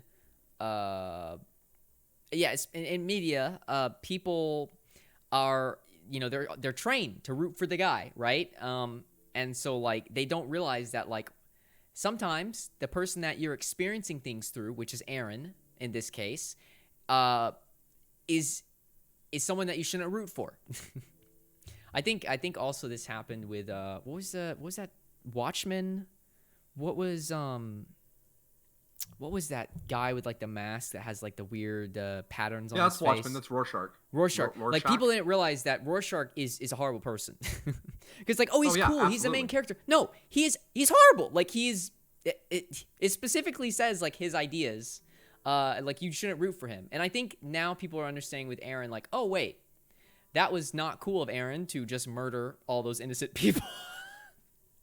Maybe that wasn't so cool of him to do that.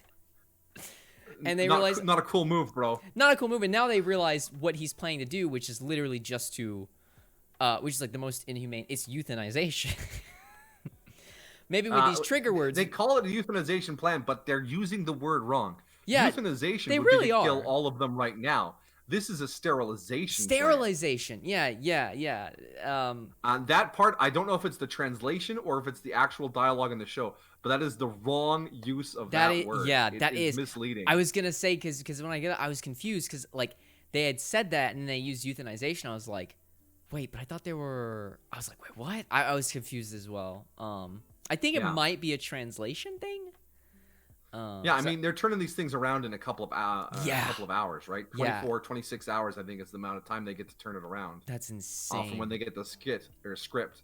So, yeah, it makes sense little things like that would slip through. But at the same time, it's like, that's probably an important one you guys should have gotten right. Yeah. I think I got really sick and tired because in the beginning of Attack on Titan, it was always like the basement, the key of the basement. And I was like, oh my gosh, when are we going to get there? And I got impatient and I wasn't really paying attention.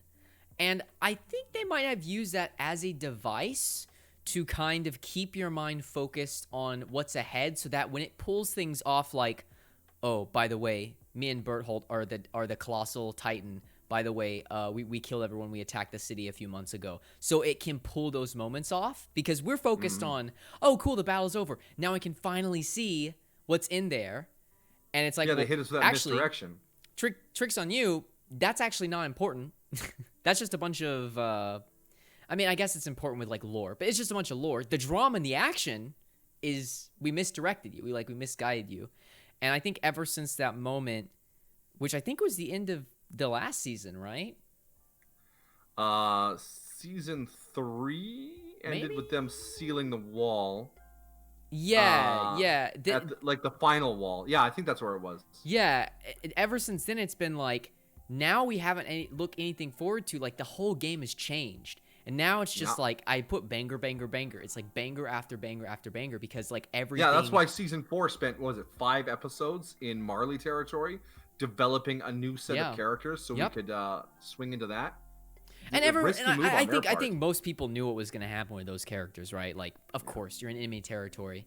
You know, we're going to watch people that are, you know, is the enemy, right? And it does that thing where it plays around. And I think all war films and war anime have that whole, like, who is the enemy, like, all that. I don't think that's very nuanced. I think you could go read a book and get better philosophy on war and stuff like that. It still worked on me. It still worked on me. I still thought it was cool when they did the switch and everyone knew it was coming and that person kills, you know, our favorite character. Like, I think people foresaw that, but maybe peace, not. Sasha. Yeah. Rest in peace. And the betrayal, you know, it didn't have that much of effect on me because I knew that was coming, but it still did have an effect on me because they did it so well, and I hate that they did it so well because I was like, you tricked me. It's like I knew that once I got on the roller coaster, I knew it was going to be a roller coaster, but now that I'm in the roller coaster, Here's a thought about Attack on Titan, just as an overarching summary here. Attack on Titan is a mecha show. The mechas are just made of meat. Because you have the angsty pilots caught up in large-scale conflicts where they have little control, but they have a lot of power. You have the ambiguous sides. The angst is there. Attack on Titan is a mecha show. Yeah. It just has a nice coat of paint on it. I mean, you're absolutely right. You nailed it. Absolutely right. The meat mechas. Meat mechas. Oh my gosh. Meat mechas. But yeah, it has all the other hallmarks of like a classic or early 2000s, late 90s mecha show, right? The character with the troubled heart inside who does some awful things and doesn't know who to trust and all that stuff. It's all in there. Yeah. It's funny because like, they just first fooled us with that first season looking kind of horror movie. I think the first like season, like, it was weird because I'm always thinking when I watch anime, like, who is the audience supposed to be experiencing through, like, who's the stand-in for the audience, right? And you think it was Eren, but it kind of shifts between those three a bit. In a very unique way to where when you get scenes like, I call it the Uno scene because I'm sure you've seen the memes. Yeah. I call it the Uno scene where they, like, you know, see each other when they reunite when they haven't seen each other in a long time in the last season when after who gets like the wine in his mouth? I don't know. I'm not good with names. Falco. There's too many names. Yeah. Too many names at this point. But when they reunite, you kind of had spent time with all of them, you know? So you you understand like where everyone's coming from. And so like you feel the hurt that Mikasa feels. Mikasa. You feel the frustration that Armin feels. You feel the frustration and then you're kind of experiencing that scene through Armin. But then it does a weird thing where it switches it up and then you experience it through Eren again. And it's like, it's just a wild ride. It is. It hits you with a lot of emotional ups and downs. Exactly. Yeah.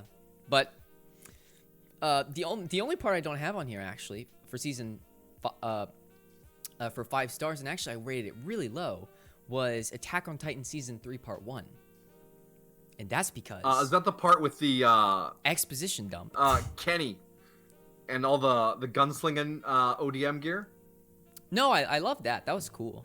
It was the part with that for like a couple episodes. I thought that was cool. But the last, 6 episodes was all just... bringing Historia to the throne. and all the shenanigans involved with that. I was just like, I'm being narrated to. I hate this. This is so boring. Like they focus so much on Historia, and I think they did it because the manga. Because from what I've read of the manga, like Historia is a lot more important, and I think the anime didn't realize that until a little bit later. But I mean, oh my gosh, it was unbearable. And finally, in part 2, they got action back, and I was like, oh my gosh, finally, we're back to Attack on Titan. Attack on Titan. The publisher, editor, someone involved in the production chain, influenced the way it was going to go, because the author originally wanted to have it end as a tragedy. The bit where they're trying to rescue Eren outside, and he almost gets eaten by the Dina Fritz Titan, the one that killed his mother. Yeah. He was supposed to die then, and the show was supposed to end there. But it was making so much money, they're like, no, you can't do that. Yeah, that would be stupid. I'm not publishing this. You write more. Yeah, that would so that's when the show kind of heel turned and started doing more with other characters and going in other directions. So it's a real twist in the production cycle. Do you want to guess what I rated season 3 part 1 without looking? Boy, all right. Oh. I rated season 3 part 1 really low. Yeah, understandable. I mean, I rated a 2. A 2. Savage. Yes. Yeah, I did not care for it. Oh my goodness. Yeah, I'm gonna get some water. Let me get some water real quick, cause my mouth's a little dry from talking so much. He drank all the water. All right, chat. While he's drinking water, here's what we're all gonna do. We're all gonna redeem. We're all gonna redeem ear wiggles at the same time. All right, everyone. So here we go. All right, redeem ear wiggles while he's drinking.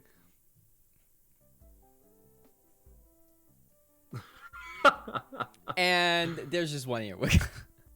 Oh. I'll ear wiggle a lot for you. Oh my goodness. Okay, let's do like a rapid fire round. So like anything quick that pops out to you, go. All right, quick ones. Cowboy Bebop, classic, great iconic animation for the era, fantastic story of the week while developing a fantastic cast. Good call on the 5 stars. Agree? Of course, agree. It's your 5-star. Yeah, I mean, I think I usually hate villain of the story of the week. I usually hate that kind of format. But that kind of old Western vibe, it really did a number on me. I loved it. Yeah, and the ending too. It had a great aesthetic. Great aesthetic, but the ending also was just it was very impactful to me. Yeah. Your Name. Yep. I mean, yeah. I mean, that ending. Yeah. Geez. It made me. It kind of put me in a mood for like a week, and I was like, "Wow, I'm so alone." I'm so alone. Yeah. Yeah. I drove 2 hours to watch this thing in the theater. This is one of the ones you watched in the theaters? Oh my gosh, I couldn't even imagine. Oh, it's beautiful on the big screen. It's so great. But that's Makoto Shinkai for you. That man knows how to compose a movie. All of his movies have some romantic element, and they're all a little sad, but they all look amazing. Yeah. Also, it was like the first. I think I could be wrong. I think it was the first non-Ghibli studio anime film I've ever watched. Well, that's a heck of a movie to step out of Ghibli for. Yeah. Ooh. Yeah. Yeah. I'm a bit of a missionary for that. I'm trying to get like, do you like anime? You should watch this movie. If you want to cry. Get your tear ducts ready. Warm them up. Yep. All right, but yeah, that's a fantastic movie. I love it. It's so good. Let's see what other 5 stars we got in here. Shogeki no Soma. I'm currently rereading through all the manga. I need to buy the rest of it. I have like 10 volumes I'm missing from my collection. I think it's my favorite anime of all time. I'm obsessed. I literally love Food Wars. I'm a huge foodie. I love to cook. I think the humor's hilarious. I love how over-the-top, dramatic, shonen battle style it is. It's great. I love it so much, and I love the manga too equally. Like, just so good. And it has a recipe. In every manga, it has a recipe at the end. What if I told you I haven't watched it? I mean, it's a hoot. It is just a fun time. But what if I told you there was a show before this that did the same thing? I'm listening. Yakitate Japan. It's about a kid who wants to be a baker. Yakitate Japan. All right. And it's a long run show because back in the day they just did shows in long runs. Mm-hmm. And it has the same super powered cooking kind of theme going on with wacky characters and out of this world recipes. Mm-hmm. And yeah, it was Food Wars before Food Wars was Food Wars. I'm gonna take a look at that because I love Food Wars because like it's I think I call it like the Quentin Tarantino meter. It's when you take something and you dial it up so much that it becomes ridiculous. So like when Quentin Tarantino, he has a lot of gore in his films. If you've ever seen like Kill Bill or like Django, I've seen Kill Bill. But it's so over the top gore that it's almost just like unbelievable funny. Or it's not always funny, but it's just like ridiculous, right? This has that Quentin Tarantino kind of like, not with gore, but with flavor. With flavor, I guess. It's so over the top ridiculous where like every bite that a gourmet, you know, they have these over the top reaction sequences. I've seen the clips, don't get me wrong. Because anime food is the only thing that looks better than anime fights. And those are the things that gets the highlights from the show. And everyone, they always know it from that, but like that's actually not even my favorite gimmick of the show. Like I said that in the wrong inflection. That's not even my favorite gimmick of the show. I just think that it's so great because it's just a friendship wins. You're my enemy this day, but tomorrow you're my friend. I'm gonna win you over type of deal. I mean, it's a tournament arc on tournament arc on tournament arc. I do love a good tournament arc. It's just it never gets old. It's just really well actually. Because it is very much all the same thing. It's just one of those things where like you pause it, you sit it down for a week, then you pick it back up. But it's just, it's so good. Casual watching. Yeah, and I really love all the character designs and stuff, and like it really goes into nerding about food and stuff. So it's a lot of fun. Mm-hmm. Okay, I went over my time limit. Whatever. All right. What else left in this? Let's move here with some expedients here. I see you've watched Naruto and all of Shippuden. I gave up on Shippuden after like 100 episodes. I literally my profile thing is one summer I watched the entirety of Naruto and Naruto Shippuden. I will never get that summer back. Wow, that's a lot to watch. I see you've also watched Bleach. That was when I got into anime. It was during like late Naruto, Bleach, and Fairy Tail, Blue Exorcist, Fairy Tail. Yeah, I watched. Yeah, big shonen. Like that's how I got into anime. Yeah. You haven't watched any One Piece though? Have I not seen any on here? So my friend is a huge nerd of One Piece. I have watched One Piece, but I have not. I've watched when I was like at their house and stuff. I am waiting to start One Piece once it's done. Yep, I know that's a joke. I know that's a joke. One Piece isn't gonna be finished. But Oda's gonna die. One Piece. There's a few shows that I just will not pick up until they are done, and I know it's gonna be years, and I don't care. I'm fine. One Piece. Oda's gonna die before he finishes it. One Piece. Hunter he x keeps Hunter. Overworking himself and needing to be hospitalized. One Piece, Hunter x Hunter, and Berserk, and I know that's also a meme. Berserk. That might even be worse than One Piece. Just don't watch any of the 3D CG Berserk. No, I'm talking about reading. I don't know. I probably wouldn't watch Berserk. Yeah, the Berserk anime adaptations have been a little spotty. Yeah. I would pass on all of them at this point and just read the source. Yeah, I'm fine with reading. So that's a good call. Yeah. But yeah, One Piece, Naruto, and Bleach were the big three at the time. Yep. Those were the shows. Those are the. I mean, they're shonen shows they're everyone still watched. known as big three. I mean, yeah. Yeah. And Naruto, I got so tired of because it had so much. What did filler. I rate Naruto? And I surely fell didn't out give of it a love 5 with the star. characters pretty severely. I was just tired of all of them. Yeah. You're all boring. Well, the thing You're not is, doing anything interesting. I'm out. In writing, you have different dimensional characters, right? So one-dimensional character is like a personality trait, right? So like comedy relief, that is a one-dimensional character. So like think of comedy relief, a perfect example is Frozen. What's that guy? Olaf? Yeah, this fucking snowman. He's comedy relief. He has no backstory. We don't care about his motivation. He's there to be the relief. Laughed at and to sell merchandise. Yeah, he's with not Naruto. terribly carefully. I would say 90% of characters, and even some of the main characters, are one-dimensional characters. Yeah. So they get boring. Yeah, it was boring. I was so bored of it. I didn't care about the ninja And in fact, war or the Naruto clans. is I was like, barely a three-dimensional character. For a bit, and then you can have a filler arc where we're like chasing bugs or sniffing I think farts. Southern Bell's sad that I said that. But Naruto is barely a three-dimensional character. Barely.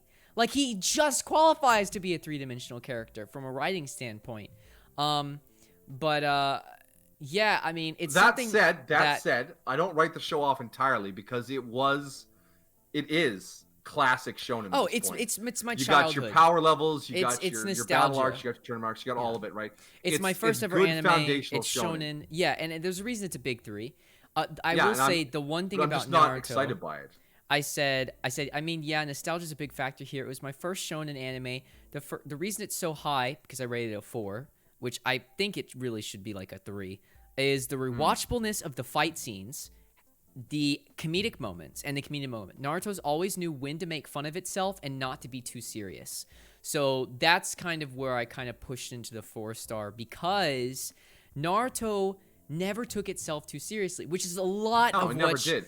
Well, a lot of what other shonen was. I mean, think about Bleach. Like, oh my gosh. Oh, Bleach was oppressive. Serious all the time. Like, they never had any beats. There were never beat changes. The best part and of I love Bleach. There were 2 parts of Bleach I enjoy. No. The powers I of the love swords Naruto. I love music. Naruto. But I shown it because I love it so much. Here's the thing. Naruto, if there's a site you can go to and it tells you which episodes are the filler, and if I had watched it using that guide to skip all of the filler, I would probably think of it much more fondly. So the thing is like filler was just a part of. I mean, I think you could speak on this more than me. But during that time, filler was a tool that was used in like most anime at that time. Yeah, because back then was, you couldn't take a season break. You had to be on all the time. Yes, because the scheduling. Now that we're in this new way, the completely new way of scheduling, where different parts and stuff, we don't have to have filler anymore. So it was literally just a tool. Gems to use. like Hero Academia, and what's the other one that's doing breaks like that? ReZero did a break. Things like that. You can take a break and knock out only good content dense stuff. So like the thing is, Naruto has trouble because of the era in which it was made. But the thing is like with Naruto. Or sorry, no, go ahead and finish that. Sorry, I don't want to interrupt. But yeah, like there's problems with the time it was made. The concept of ninjas with super powered elemental attacks and moving faster than the speed of light to fight each other in mirrors and water and fire and all this stuff, that was cool. It was cool. It is still cool. I still think the one guy with the nose, the one who does the wood, the tree powers, I thought he was just so cool. Yeah. But to actually sit down and watch through it end to end again, I don't think I could do it. So the thing is, that's the thing. Gaara that's is 100% rewatchable. So that's what I'm saying is like the clips, the fight scenes are so rewatchable. And when I watch them, like I would never in my entire life ever attempt to watch Naruto again, because why would I? Like why would I? Like there's nothing that I want to rewatch like back to back in, but you bet every time I see a Naruto fight in my recommendation feed, I click on it. Because those fights, the animations for... you didn't get this far, but like the infight between Kakashi and Obito, where it flashes back between their future selves, or their past selves, and their present selves, is literally one of the best fight sequences. And I've seen the Demon Slayer. I've seen the Demon Slayer fight sequence everyone freaking went crazy about. I still think it is in the top like best fight sequences I've ever seen, because the choreography that when they said, okay, when we're not doing filler, when we're not doing, goofing around, when we're doing a fight scene, the meaning, the emotion they're able to put behind these fight scenes, they're so resonant. Like, it just does so well. I accept that as part of Naruto. I get it. Yeah. But yeah, it's just so much a product of the time, and it has so many other baggage that it literally, like, it was very, it sounds so stupid to say this, but Naruto was very, like, what's the word? Like, when you're young and you watch something for the first time, it's, like, impactful. That's not the word I'm saying. Impressionable. I was very impressionable. And a lot of people were. That's why I don't think I would be the same person if I never had watched Naruto. So it has a very special place in my heart. For nostalgia, I put it at a 11 out of 10. But trying to be objective, trying my best, and really watching through, 4 stars where I feel comfortable putting it. Because I would never ever recommend Naruto to anyone, even if they asked. But, like, again, like, I have these special memories, like, childhood memories of watching this show and, like, being so, like, impressionable at that age that, like, it's, like, so dear to my heart. And, like, I will always, like, watch it's rose-colored goggles. It's fine. Yeah. I'm aware of my biases. I'm aware of them. Yeah, for sure. Hey, what are your thoughts on Boruto? Sweet Southern Belle, I could never recommend. What is 500 plus 20? I could never recommend. Divided by 60. 720 episodes. I could never, ever recommend. Wait, no, not Tom. Wait.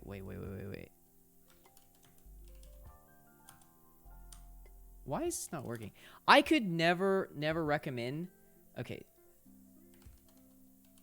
Wow, I'm doing bad calculus. 283 hours of a show. I don't care if it's Lost. I don't care if it's I would be like, hey, I want you to spend 238 hours, roughly 12 days of your life watching this show. I couldn't do that. And a third of it doesn't matter. Well, it's not that it doesn't matter. Like, even the filler, I like the filler. Like, I know it's stupid. I think the filler's funny. Like, it's just part of that charm. You gotta remember. It's part of the charm. I was a little older than you when I watched it. Oh, yeah. So some of the jokes didn't land for me because they were a little... Yeah. This was peak for me. This was made for me. I was in the 6th grade. This was literally made for me. When did Shippuden come out? Because, like, 2000 and... What? Start date? Oh, 2007. 2007... I actually I stopped like through season like 2 of Shippuden because I got out of anime and stuff. But 2007 I was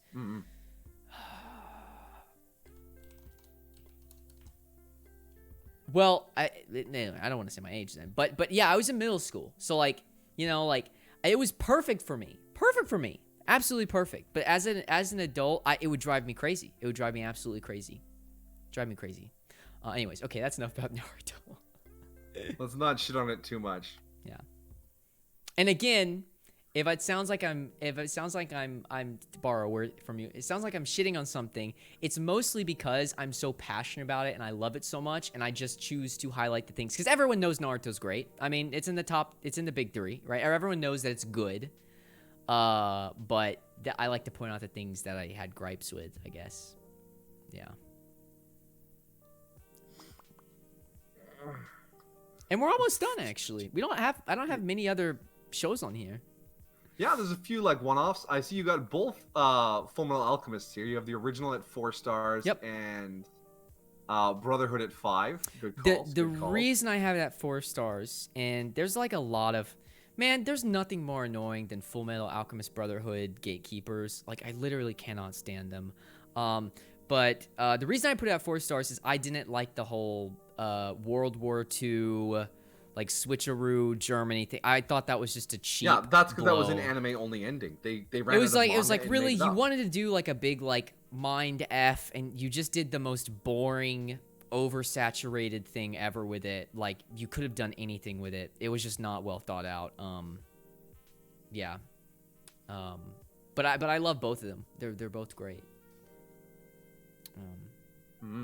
I saw a blended watch list where you watch a certain number of episodes from the original, and then after a certain episode you switch over to Brotherhood.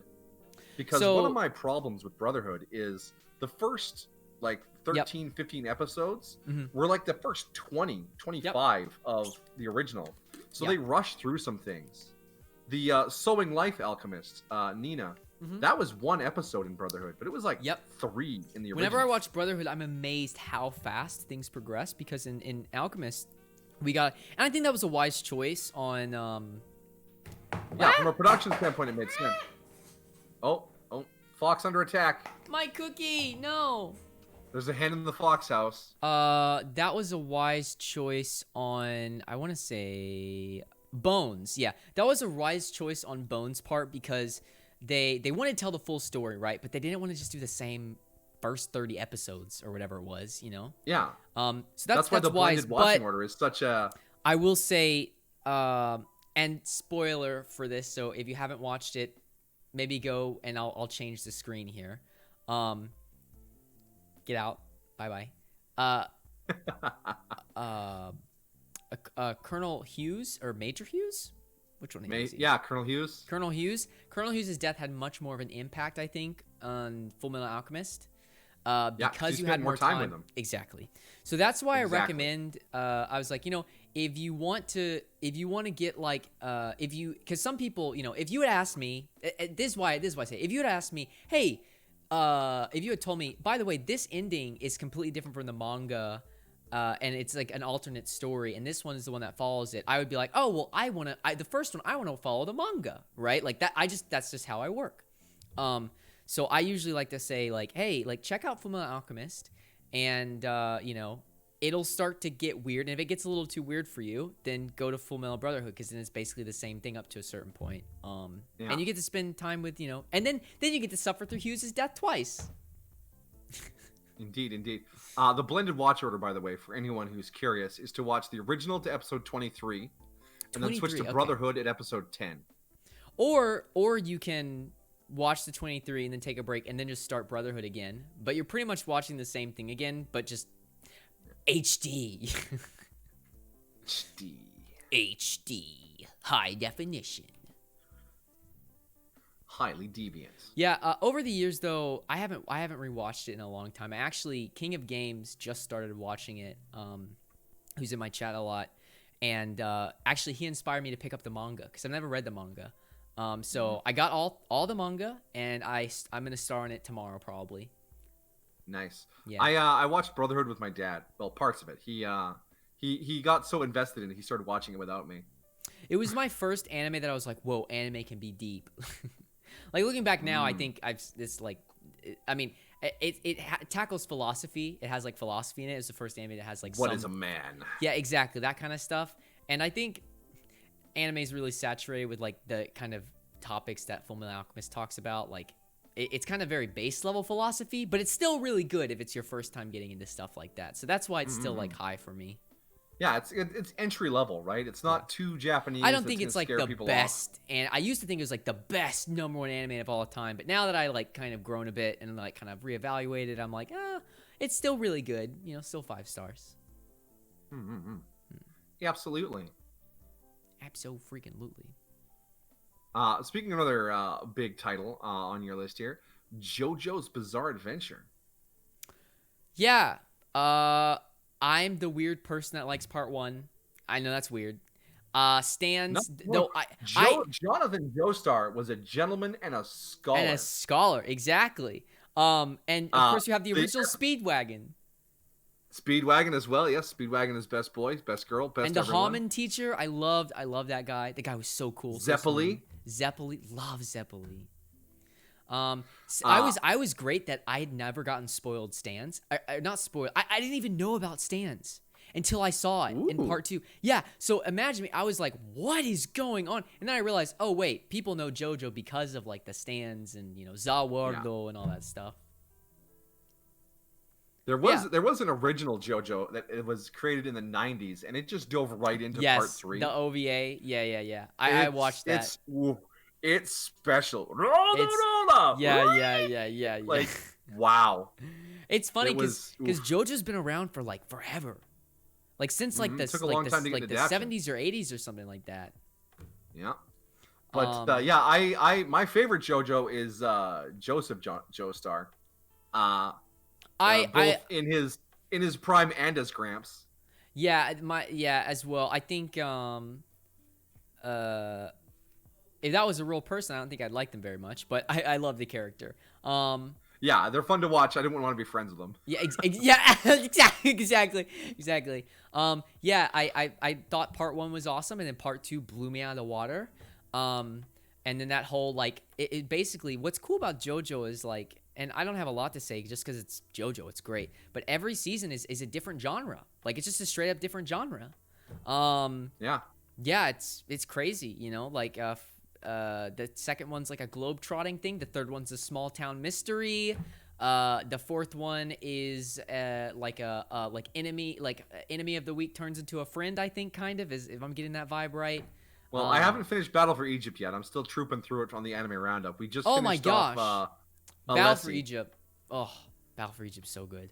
But yeah, no, Yeah. It's always doing something different and something unique. It hasn't fallen into a routine at all. Yeah, and they basically have, when they hit on stands, they are like, okay, let's just take this concept and completely exhaust it, which I think is cool. You know, I always love when things are dialed up and taken out of the box and all that stuff. But and the fact that the but it writer does is get a big little boring in Westaboo. part 4. I think it kind of loses its sheen a little bit. Yeah. I love all the references to Western culture baked into it. Killer Queen. Oh, you're not there yet, but yeah, there's a lot. But yeah, the three Pillarmen, AC/DC, WAMU, and Cars. King Crimson, like just a bunch of stuff. I mean the Bastet stand user, her name was Mariah, obviously Mariah Carey, right? Yep. Abdul is Maria Abdul, whatever, right? Everyone's a reference to something Western. Yeah, I think that's cool. It is. It's I forget cool when what you do things like the that. mangaka's name is. Yeah, I'm really bad with names unless I've like driven them into my brain. Who? But to segue over, the My Hero Academia writer, Hirohiko Hiroaka also is a big Westaboo, and loves Star Wars. All the locations in his manga are references to Star Wars. You know, I think I might have picked up on that actually. Yeah, there was a Dagobah station. The attack with Stain happened in Hosu City. Yep. Hoth City. Just neat stuff like that, and of course, All Might being the all-American hero, he's basically Superman. But yeah, no, I love referential stuff like that. Yeah, I think that's always fun when like you get to see like inspirations, you know, like come through and stuff. Yeah. Nice. Mm-hmm. All right. What is the thing on your list? I see you have one thing at 1 star. No. Is that the show you hate the most? What? Wait, are you talking about Domestic Girlfriend? Yeah. Do you hate that show? So I put it at 1 star because that's the star I give myself for watching that all the way through. Oof. I don't like that I watched that show, and Chad is welcome to bonk me. But I was just curious, and I never watched anything like that, and I honestly can't tell you what the show's about because I've suppressed it. I literally don't remember like much of what happened in the plot or something. I remember something about like a vacation on a beach or something, and then like the premise. But yeah, I don't remember it because so anyways, I don't know actually what I would rate it. I have no thoughts on it. Head empty. I watched for the plot mostly. I mean, I watched for the plot. Yeah. And then I give myself 1 star. I give myself 1 star. So is that why Ishizoku Reviewers has 2 stars? Wait, is that not? Wait a second. Can you refresh your page for a second? Sorry. That was weird. That was a glitch. I think that show's not on there, I don't think. Wait, can you actually refresh? I actually think that I did not forget. Ishizoku Reviewers 2 stars. Okay. you're removing it. Oh. Um. Oh, look at that. It's gone. Must have been my imagination. Yeah, that's so crazy, huh? Senpai, wow. Because I heartily enjoyed that show. It was a fantastic, different kind of comedy. You see a lot of shows that kind of dance around the ecchi comedy. And this show's like, fuck it, let's go. I have no idea what you're talking about. I've never seen that show. It sounds really interesting, though. Yeah. What is it about? I mean, interspecies review. It's like a comedy or something. Senpai loves monster girls. Oh, okay. A lot. Are you an egg type of guy? An egg type. Yeah. No, 6 digits. What? No, I said, are you an egg type of guy? Do you like the eggs? Reference, I don't get it. I made a reference back at you, and you didn't get it either. You're too pure. Eggs? You know, like laying eggs? Is that Oh, jeez. That... No. That's Nordic's. That's Nordic's thing. Oh, really? Okay, interesting. Yeah. Anyways, we're not gonna turn this into that kind of stream. I was just poking fun at you for having that on there. Yeah, I don't know. That's weird. There must have been like a glitch or something. I don't know. I've never seen. Yeah, I know. It must have been added automatically. Yeah, that's weird. Anyways, I'm dumb. I'm sorry, Belle. Anyways, one last show on here that I want to give you a poke here. Ajin, 2 stars on your list. I don't remember it. I just gave it 2 stars because I couldn't remember anything about it. I watched it like when it came out. Oh, really? I binged it, and I don't remember like anything about it. Oh, okay. Because I hate Ajin. Yeah, I think it's got so many problems in it. I didn't rate it 1 star because I remember like it being. I think I remember like enjoying how it looked maybe a little bit, or I don't know why. Don't tell me you enjoyed it how it looked, because it was one of the ugliest shows I've ever seen. I literally can't remember what this show was about. I just know that I watched it. That have these black smoke monsters they can send out to do fighting for them. Wait, is this a show in 3D? Round them all up. Yeah, it was one of those ugly 3D animated shows that Netflix spun. No, I did not like looking at it. I don't know what it was. I just literally gave it 2 stars because I don't remember. I probably shouldn't even give it a star because I can't. Yeah, you can't also like not give things stars. I also didn't give stars to Godzilla Planet of the Monsters because I also forgot what happened in that. It was very memorable. Yeah. Yep. And then pause shows. I'll show like Demon Slayer or Kimetsu no Yaiba, Mushishi, and Tower of God are all shows that I've paused for right now because either. How are you enjoying Mushishi so far? So the last time I watched Mushishi was like 4 years ago. Oh.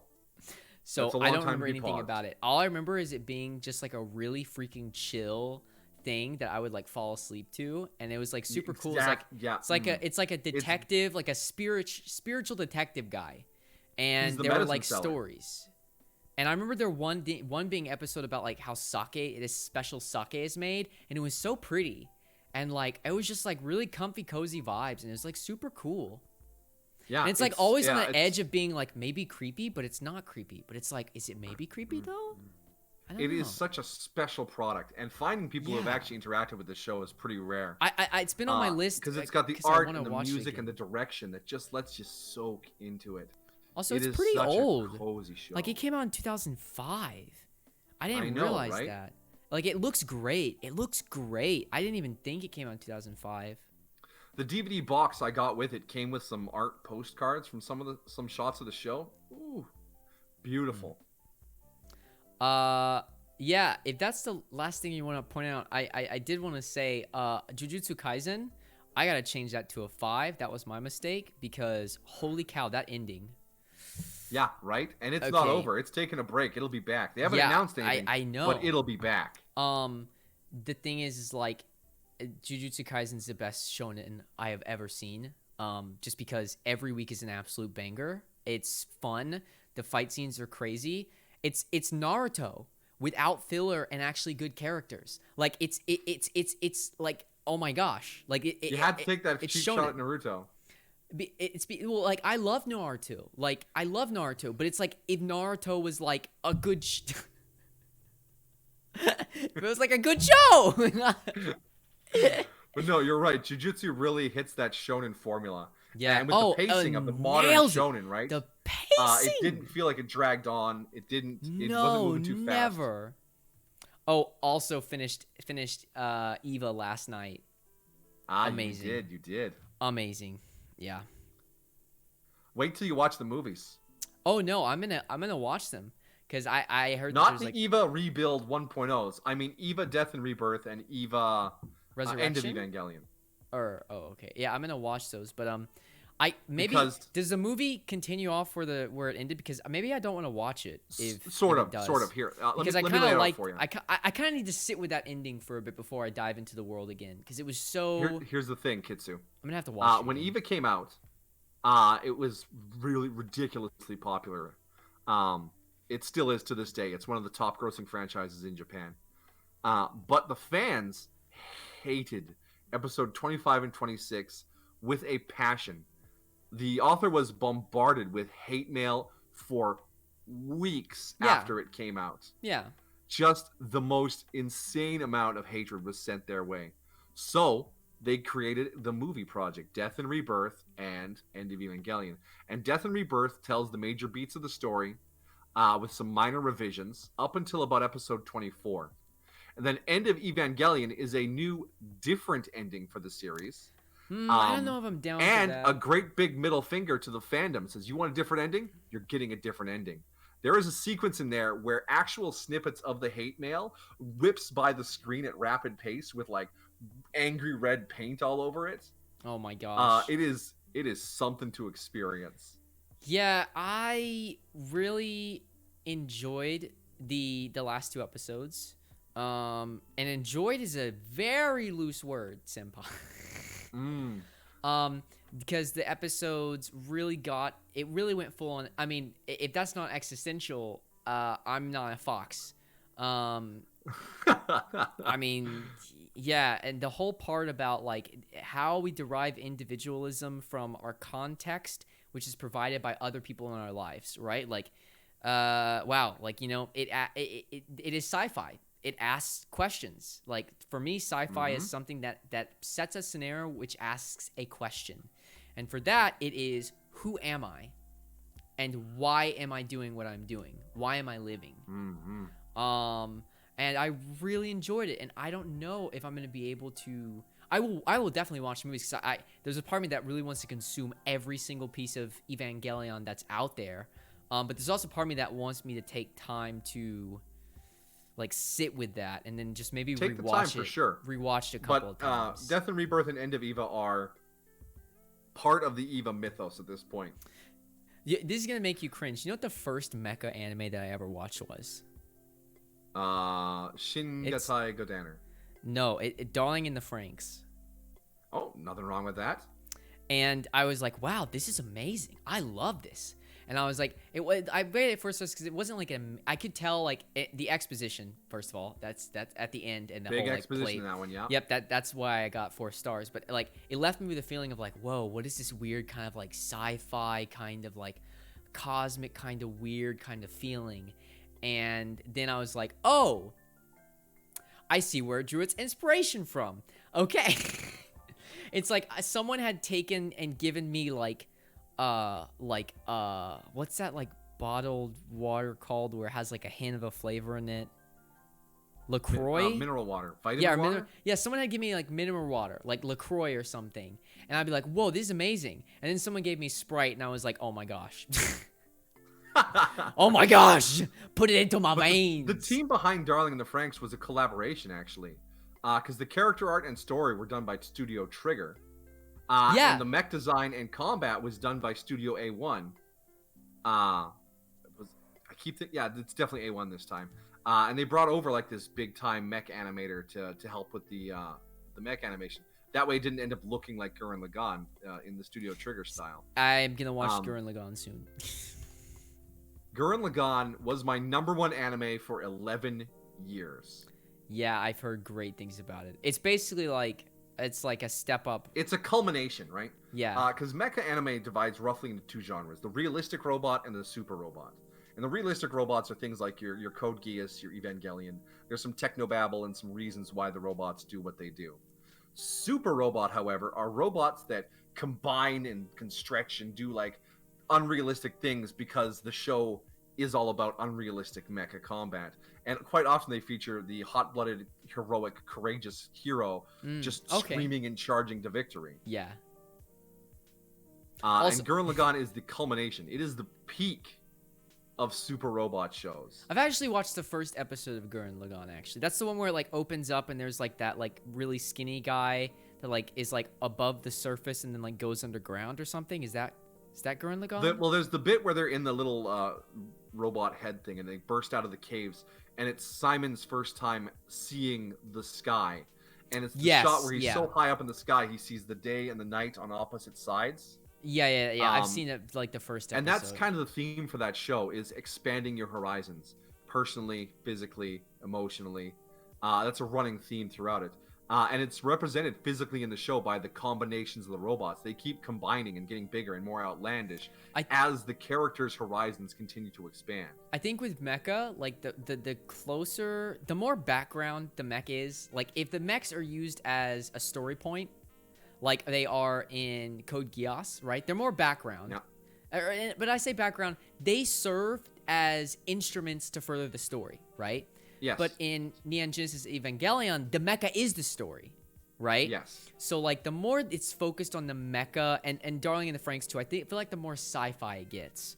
But then the more that they're in the background, the more like character driven, right? Like heroic, like the heroine or not. Yeah, the Gurren Lagann ones are highly symbolic too, right? Yeah. The drill is a symbol in that show. It's because drills can only move forward. Yeah. Yeah, I love Darling in the Franxx. I was obsessed with it for like 2 weeks. I was in this weird like, whoa, what did I just watch, right? And then I got about halfway through Darling in the Franxx and I stopped because I didn't want it to be over. Yeah, no, I did the same thing. I did the same thing. I got to like episode like 14 or something, and I stopped, and I was like, I don't want this to end. There's just such a unique. I still can't put my finger on it. It's just like a special feeling about that show. And it has a lot of problems. Like, it has a lot of problems. But, like, what bothers me is so many people hate on the ending. I was like, no, that's how the ending No, let the ending be weird. Yeah, I don't care. It's going to be weird. I mean, it's not going to be tied up in the end. Like, it's going to be weird. Like, I'm fine with that. I'm there along for the ride with this show. But I did stop, like, before the last arc because I wanted to kind of, like, settle in it with it for a bit. I don't know. It's weird because it's like a coming-of-age story mixed with a sci-fi mixed with like a bit of post-apocalypse. Yeah. Dystopia. It was a really interesting combination of things that I grew up liking. Yeah. And then Neon Genesis Evangelion was like, "Oh, okay, I see how this evolved from that." Like they take a lot of the same cues. Yeah. But yeah, one of the precursor mecha series, as I'm sure you heard of, is Mobile Suit Gundam. Yeah, which is the heavy political mecha. And that anytime you see a mecha with lots of political overtones, because Code Geass has a little bit of it too. That's its tapping into its roots with Gundam.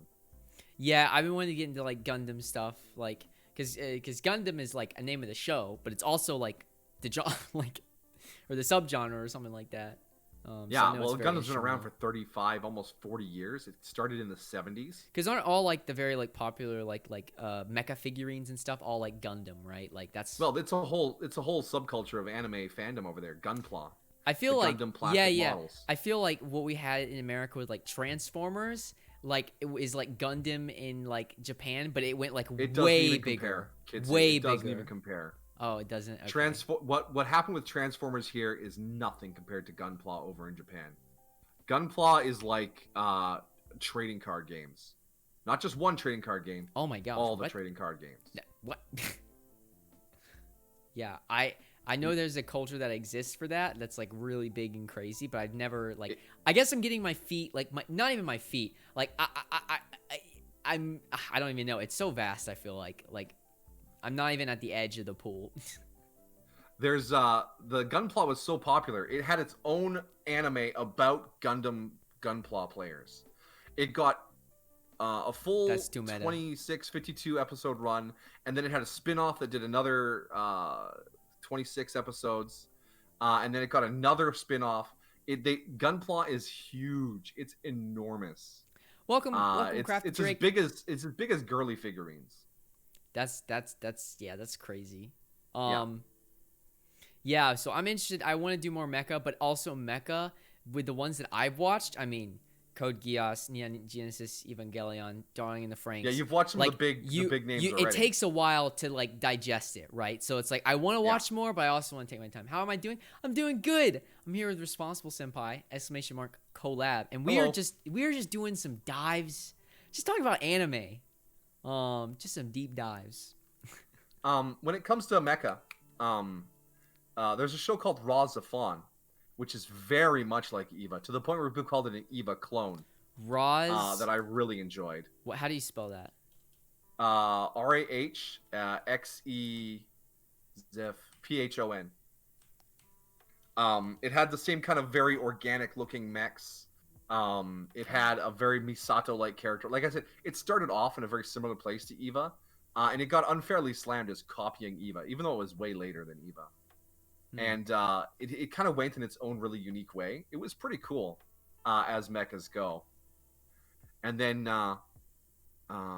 what's the other one that's really unique mecha? Eureka 7. Your mechas that surfboard in the sky. And they're very much a backdrop to a coming-of-age story, kind of Darling in the Franxx-ish. That's another really unique mecha kind of show. Yeah, because I feel like if I would have watched Darling in the Franxx if I was younger, it would also be very impressionable upon me. But since I'm older now, coming of age stories are I still appreciate them and like them, obviously. But I feel like I was like, man, I wish I would have watched this, a while I've ago. already come of age. What am I supposed to do now? At least I'm already there. Yeah. Yeah. Hey, I'm gonna hit you with some rapid fires off your planning to watch list. Okay, yeah, go. If that's all right. Angel Beats. Yep. Cry your eyes out. Bring tissues. It's very sad, especially the last prepared. third. I'm prepared. Bacano, non-linear, non-linear ensemble cast storytelling. Yeah, I'm excited for that. Brilliant. That's what sold me. Because they're like, if you want a non-linear thing with a bunch of crazy cast of characters. Because if you watched it in order, the twist is gone. You have to see everything that happens after before seeing how it starts for it to actually have any impact. I love that. I love that. I'm excited for it. Black Lagoon, gritty, down-to-earth action. I'm fun, excited. Great cast. I saw a clip from Black Lagoon. I was like, oh my gosh, this is so cool. I'm going to watch this. Elfin Lead. Your mileage may vary depending on how okay you are with extreme violence in anime, but it does ask interesting questions about evolution and when it's time to replace a species. Weird. Oh, I need to take Cells of Work off of there, actually. Fate Zero is obviously, I'm biased because I was a big Fate fan, but Fate Zero is another ensemble cast drama. I don't think I'm ever gonna. Well, I don't know. I started playing the visual novel. Oof. That's a big task. The visual novel is actually longer than the New Testament. Yes. I got literally like 0.02% into it, and I was like, wait, what? I'm sorry. No, I can't do this. I can't do this. Fate is a big, wide franchise, and a lot of people are like, here's how you get started with Fate. No, here's a real easy thing. I heard Fate Zero is a good thing to watch. If you're interested in Fate, here's the surface level. Here are the things that are easy for anyone to get into and don't need any wiki level knowledge of Fate. You watch Fate Zero. Okay. You watch Fate Stay Night by UFO Table. Mm-hmm. Fate Unlimited Blade Works, also by UFO Table. And Fate Heaven's Feel. That's it. Everything else is only for diehard fans who love Fate.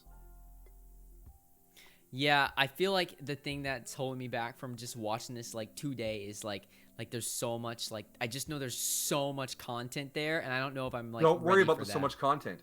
In fact, if you were only going to watch one Fate series, I would say Fate Zero. And you thought Naruto had a lot of stuff? Fate is next level. Yeah, that's why I'm hesitant. But I also, Fate has like a cast of characters. Like it doesn't follow just one person, right? Yeah, each story is a different installment in the universe. They're all pretty separate. Yeah. That's why it's okay to skip some of them. Like Fate Khalid Liner is fan service heavy, magical girl show based in the Fate universe. It's very different from the rest. It's not for everyone. Most of the time it's like, if someone wants to watch this, they're gonna find their way here on themselves. No one needs to be recommended that one. Okay, let's see what else we got here in the I'm so excited about Devil's Part-Timer. Koi no Katachi, a silent voice. Watch that.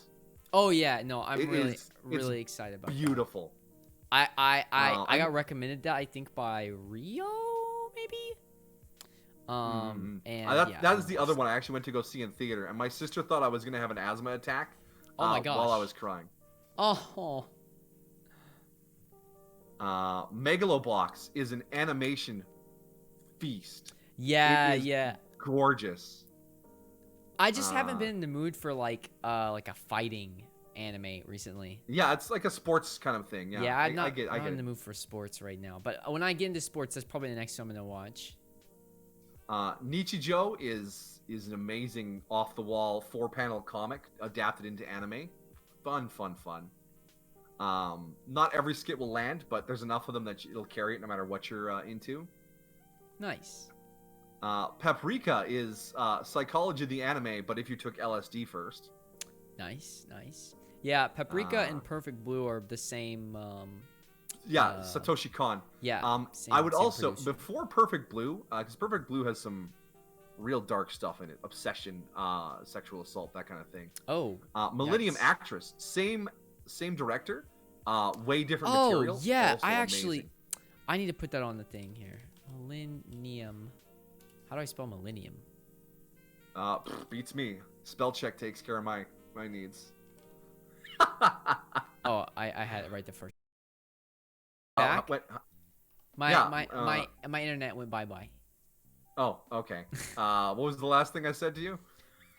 You were basically just recommending Millennium Actress. It's the same producer, but it's kind of the same concepts, but less. Yeah, less it tells a woman's life story, in parallel with all the movies she's been in, because she's had like this person she's been looking for her whole life. I think there was an every it kind of frame. Parallels the roles in her movies. I think there was maybe like an every frame the painting or some video, some YouTube like film essayist who, I think that's the correct word, who did a thing off of that producer and their films, and it sold me on like adding all their films to my list so I could watch them. Yeah, he did a series too called Paranoia Agent, which really gets in people's heads too. Like it's crazy, that one.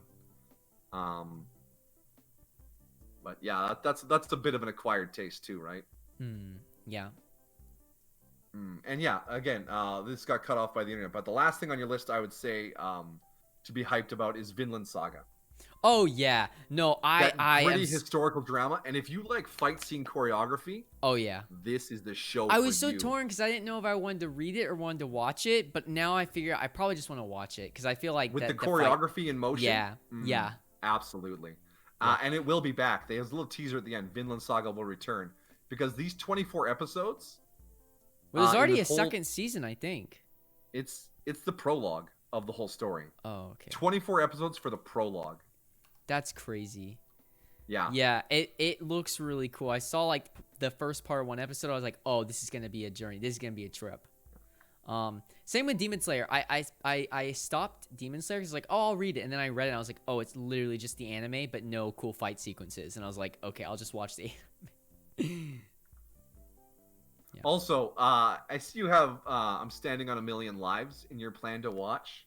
Yeah, I don't really know what that one's about. I just heard that it's one of the laziest isekai I've ever watched. Okay, then I'm gonna take it on my list. It has like this interesting premise in terms of how it describes its main character, and then immediately doesn't do anything with it for the entire show. Oh, rip. Oh, I was so disappointed. I wanted a ruthless isekai protagonist who was willing to sacrifice his teammates' lives to get the job done. Oof. But no. Oof. Yeah, Belle watched some of it with me too. It was such a miserable show. Yikes. It was rough. It was the first show I had on the Anime Roundup that I had nothing good to say about some weeks.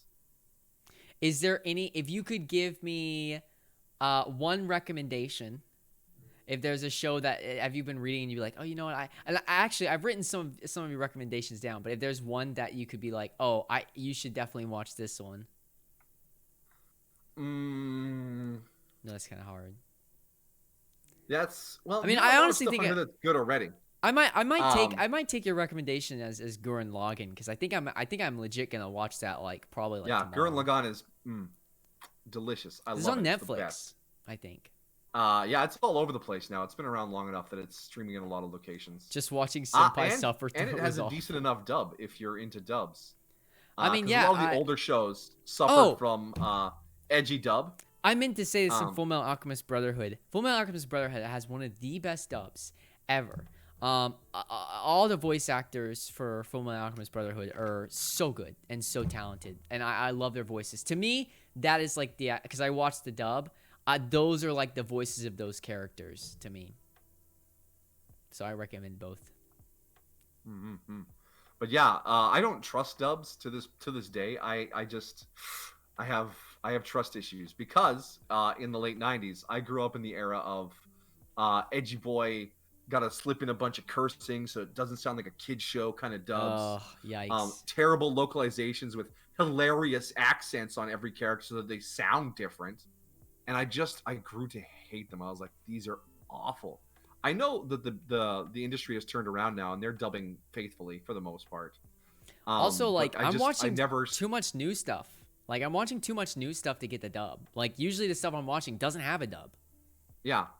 And again, I want to be on the cutting edge usually, or I've got it. It's been sitting in my backlog forever. Those are the only two ways I watch shows. Or it's like really classic, like Neon Genesis Evangelion. Like I don't even care to hear what the dub sounds like because I'm sure it's not great. It's had two different dubs because it's been owned by two different companies. Wow, you know, a show us some interesting stuff when two different companies have owned. Anyways, that's all I have to say about your list. Oh my gosh. Well, it's been... Oh, I lost my uptime. How long has it been? I have no idea. 2.5 hours. 2.5 hours. Oh my gosh. Okay. All right. You know what? Why not? Let's go ahead and do this. So let's... I need to take a potty break. Bio break for Kitsu. Just a pee break. Bio break covers a whole number of things. You need to go take some medicine. You need to get a drink. You need to stretch your legs. You need to use the washroom. Bio break covers everything. That sounds kind of gross. Wait, what? Really? Well, yes. I need to take a bio break.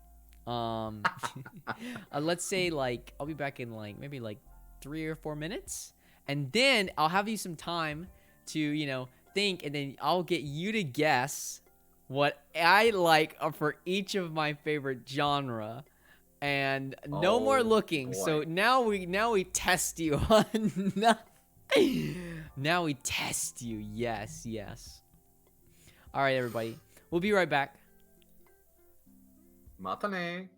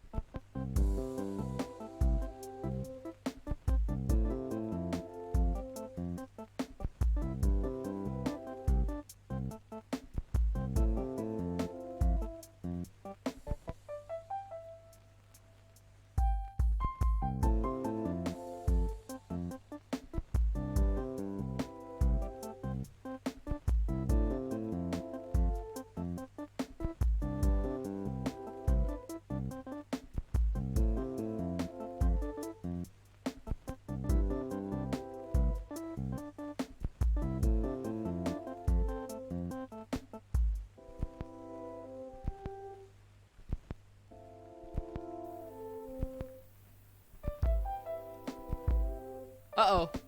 Wait, I shouldn't be sharing that. Ah! Ugh. Oopsies, just sharing my stream information. Alright, we're back, everybody. We're back. Now we know all of your secrets, Kitsu. Oh no, you know how many followers I have. What will I do? Oh no. It looks like you're missing a few followers. You need another, what is it, 14 or so? I'm very close to 200 followers. I'm really excited about that. I hope I get it before my birthday stream. Yeah. You deserve it. You got a nice vibe over here. I like it. Oh, thank you. You know, we're chilling. We're chilling tonight. We're having a good time, just hanging out. So it's actually funny because most of my streams lately have been me like raging. So I'm glad to do something where I'm not like yelling and losing my voice. I want to let you know I was so excited today. Yesterday I was like, oh, I'm not really pumped about streaming. Like, I don't know. Today I was like, oh, when am I streaming? When am I streaming? Am I streaming yet? Am I streaming? I was like, oh, I'm so pumped. I'm so pumped. It is. It's a good time. It's a good time. Mm-hmm. It So goes for you too, chat. exactly, chat. I'm happy that you're here. You guys lurking, listening, hanging out. Also, I worked so hard on this little chat little I don't even know what to call it. It's like a little background chat thing. I hope you guys like being comfy. Overlay.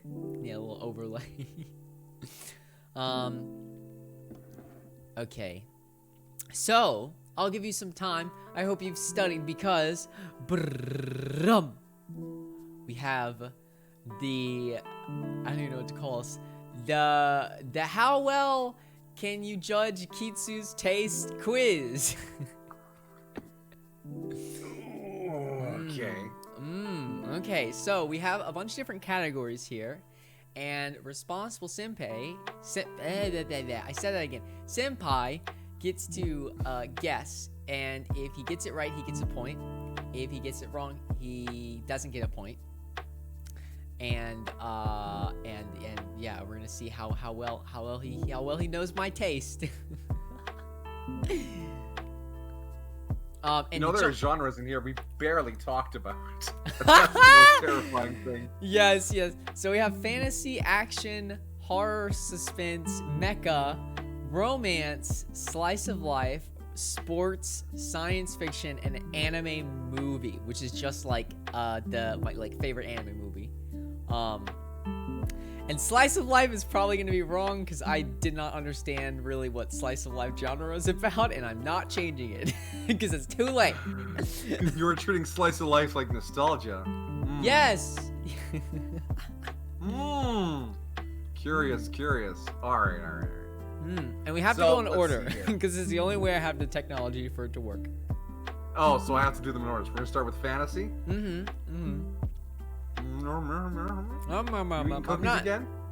I'm not eating cookies again, I promise. I am. I am eating cookies. It's okay, cookies are delicious.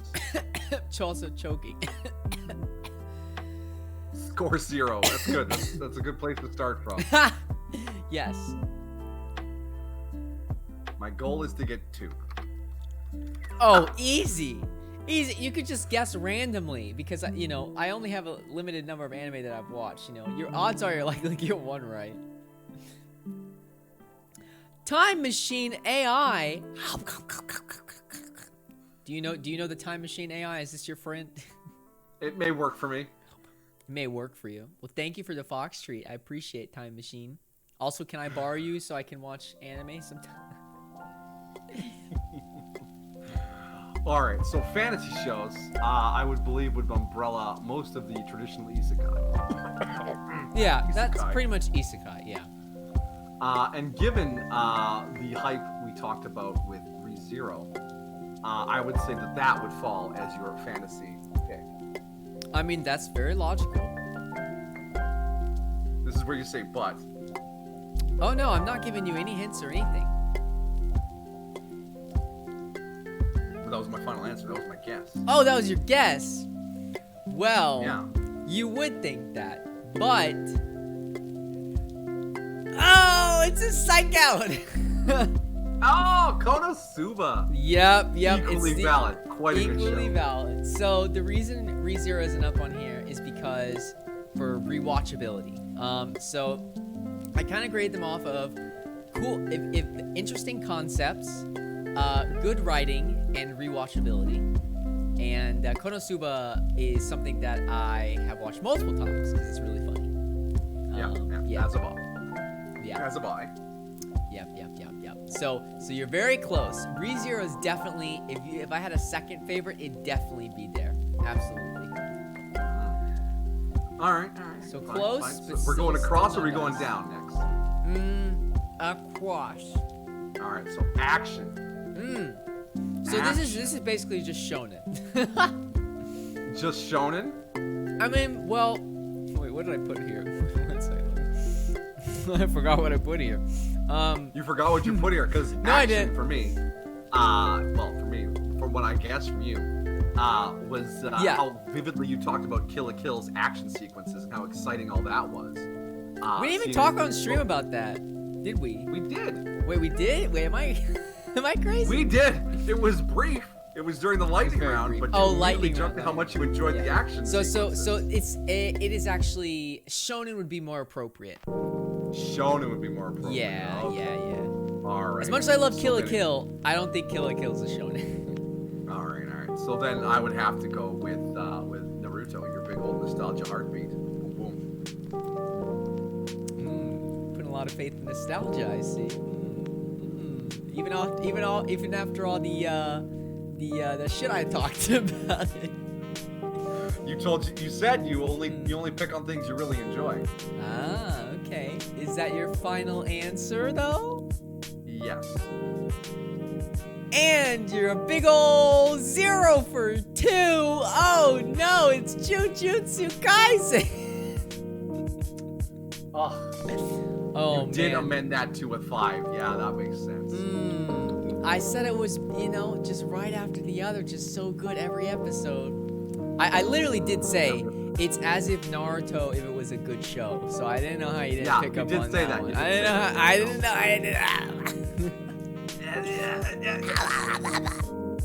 Where's the sound effect bonk? Hey now, come on. All right. I believe in you though.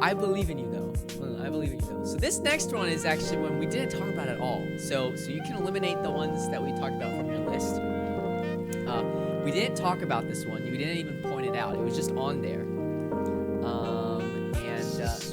Horror or suspense? Yeah. And since I know how you feel about horror games, yeah, I'm not big on horror. I'm gonna say that you're leaning more towards the suspense side. Yes. What was on there that we just glossed talked about? Actually, no, we actually did talk about it for a second, I think. Yeah, I was mentioning Slice of Life, and we briefly talked about it. But it's erased. what do you? Oh, you said that so dramatically. Oh, you must be really feeling confident about yourself. Is that your final answer? It's like multiple choice tests. You put down the answer and you never look back. I'm gonna say that's your final answer. Just give me my 0 and let's move on. Well, I hate to disappoint you, because I'm giving you a 1! That was correct! Ding! Nice. Ding! Yeah, erased. I mean, come on. Have you watched this, by the way? Nope, I passed on it. Oh my goodness. Well, I can't tell you the scene anymore. I know. 'cause There's it's a live spoiled. action version of it too. That was what threw me off. No. Don't watch the live action. I mean, if you want to watch a thriller anime where every week is a cliffhanger and it's got a really cool concept. I mean, the concept is not a spoiler or anything. Basically, a guy has the ability. Well, it's not an ability. It's more of like a curse.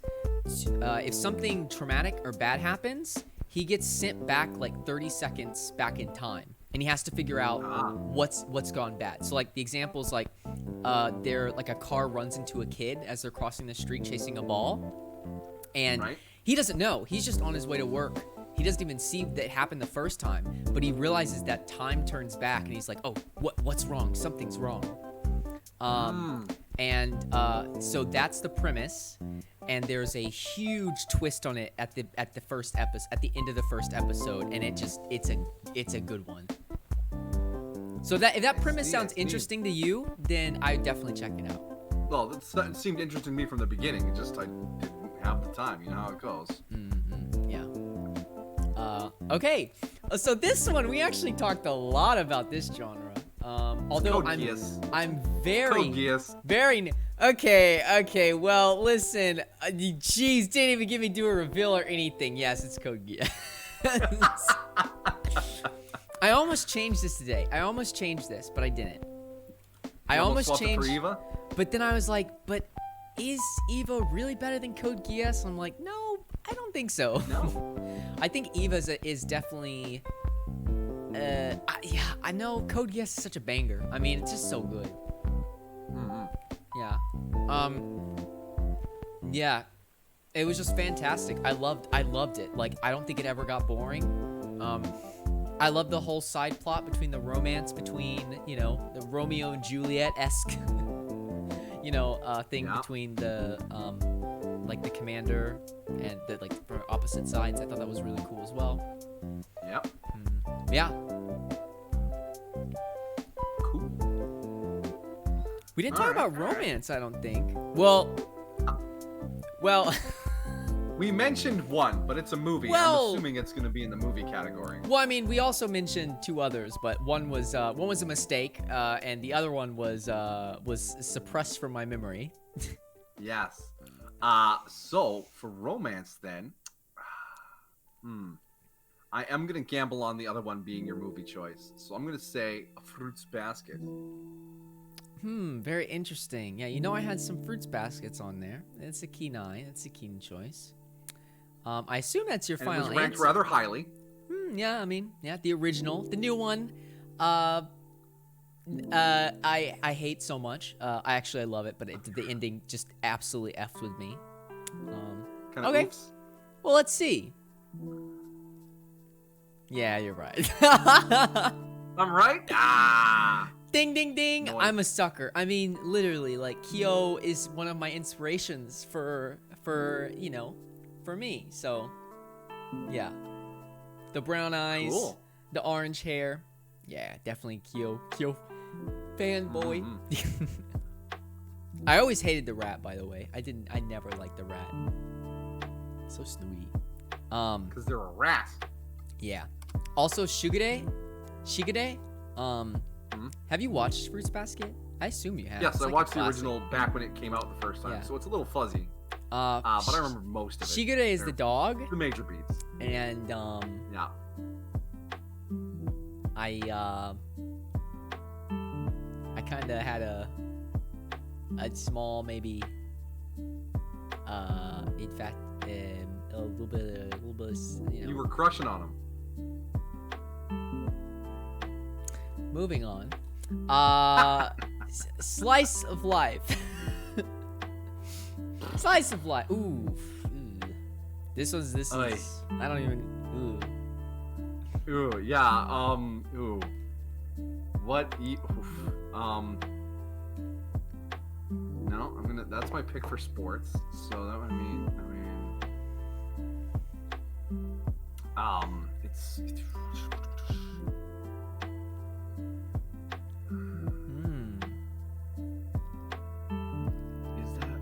Would that be a slice of life? Would it be? Under the original nostalgic definition. So I will say that in the tags for this show and the genre tags for this show on the website, there is a slice of life tag for it. So the website says it's a slice of life. So I slice of life. No, Slice of life? That's a whole different genre. That's a whole different genre. No, it does say it's a slice of life. I'll give you a small little hint. There is a very long-awaited, not anticipated necessarily, but long-awaited sequel that's coming out this year for it. That doesn't give me as much hope as I thought it did. A long-awaited sequel. Let me just look up sequels coming this year. No. That's cheating. That's cheating. Wow, that knocks out the one thing I kind of had a guess about. I do like a slice of life with a little bit of a twist on the front, you know. Yeah, a little lemon twist on there. I really drawn a blank on what you would have picked there. And your hint only destroyed my guess. Oh no. Well, you know, you can always fall back on your part-time job if this doesn't go well for you. Thanks. Yeah. Jobs. Whoosh, chat. Whoosh. Whoosh. Yeah. Whoosh. A lot of stuff whooshes me. I miss many things.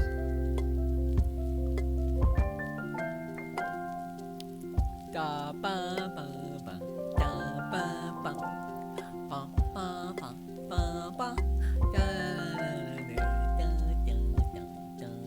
gonna take a hard pass on this one. You gotta no clear guess. You gotta guess. I have to guess. You have to guess. What if I guess something that doesn't have the sequel coming out? Everyone's gonna think I'm a scrub. Just remember that, you know, the devil's in the details. Yeah, that's a very obvious hint. Thank you. Devil's a part-timer. Is that your final guess? Comedy. There you go. Yeah, Devil's in the details. Yeah. Coming out. I said you could fall back on your part-time job. Part-time. Yeah. You gave that one to me. That barely counts. Oh no! Look at that! What's happening? Ding! Oh my gosh! 4 out of 6! Amazing! Devil's a part-timer is amazing, by the way. The reverse isekai. What would you call that? Yeah. What would you call that? It is a slice of life, is it not? Yeah, I'd call it slice of life. The beginning, episode isn't. The beginning is an isekai, but after that, it's literally a dude works part-time at McDonald's and has drama between the girl that lives down the street. Yeah, basically. Yeah, I started reading this again. It's a great show. I didn't realize that would be considered slice of life. That's so far outside what I think of these slice of life. Yeah, I'm sorry. I part of this, I didn't really understand this, but I started reading the manga because I know the second season's coming out in a month or something, and I am enjoying the manga a lot. It's really good. Okay, yeah, I guess it's like a reverse isekai. I kind of felt bad, so that's why, I helped you out a little bit. Sports! Which is interesting, because I don't watch a lot. Oh, no hints.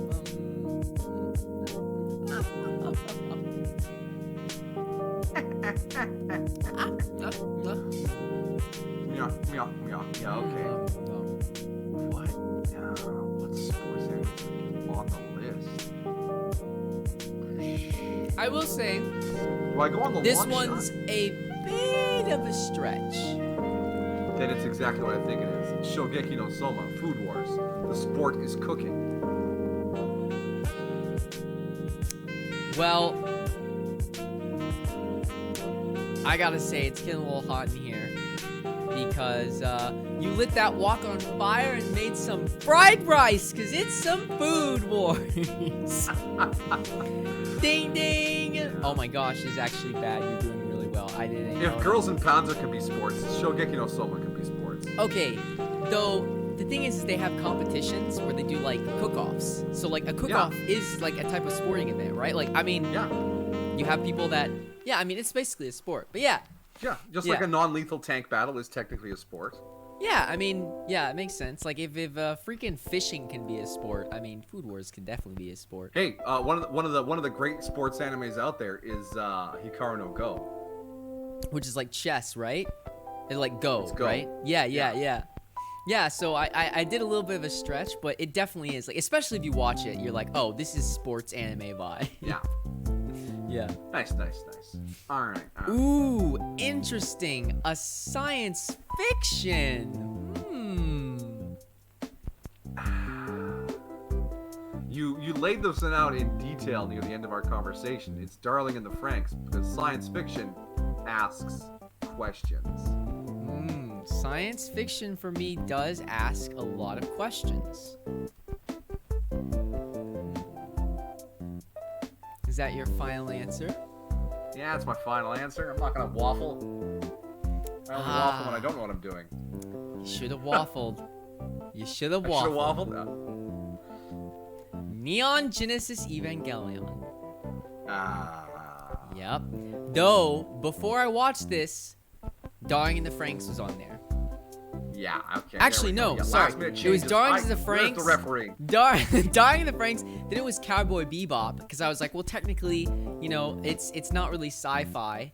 And I was like, so I probably should put Darling in the Franxx back. I was like, no, I'm putting Neon Genesis back in there. So yeah. Fair. Yeah. So 5. There's a total of 9. There's 1 left. Let's see if you can get the free bingo here. The free bingo. The free your spot. movie's gonna be it's gonna be your name. Kimi no na wa honto ne. Yeah. Honto ne. Don't dance around it. Ichiban. Wait, I forgot how to say film in Japanese. Ichiban. Oh well, whatever. My Ichiban film, #1 film. Interesting. Are you sure about that? Don't make me waffle. I gave my confident answer. You take that answer. Because, you know, waffling is a good thing to do sometimes when you want to get jeepers. some It's breakfast. Bunny Girl movie, isn't it? It's Bunny Girl movie. Ding, ding, ding, ding, ding. As much as I loved your name, it did not make me cry. As Bunny Girl, as Rascal Does Not Dream of Dreaming Girl made me cry. Wow. Yeah, because as sad as Kimi no Na wa is, it doesn't have cancer in it. So Yep. But it was really close. It was really close with Kimi no Na wa, or your name. It was really, really close. Understandable. They're both outstanding movies. As far as like the rewatchability, I think your name is probably better. But as far as the premise that I don't know, premise is tied between your name and Rascal Does Not Dream of Dreaming Girl. But the rewatchability, or sorry, the wait, what did I even say? I was judging these songs. What did I say? Rewatchability, premise, and I completely forgot. But they were very close. But yeah, this one steps over your name just a little bit. Yeah. But 6 out of 9. Oh my gosh, that gives you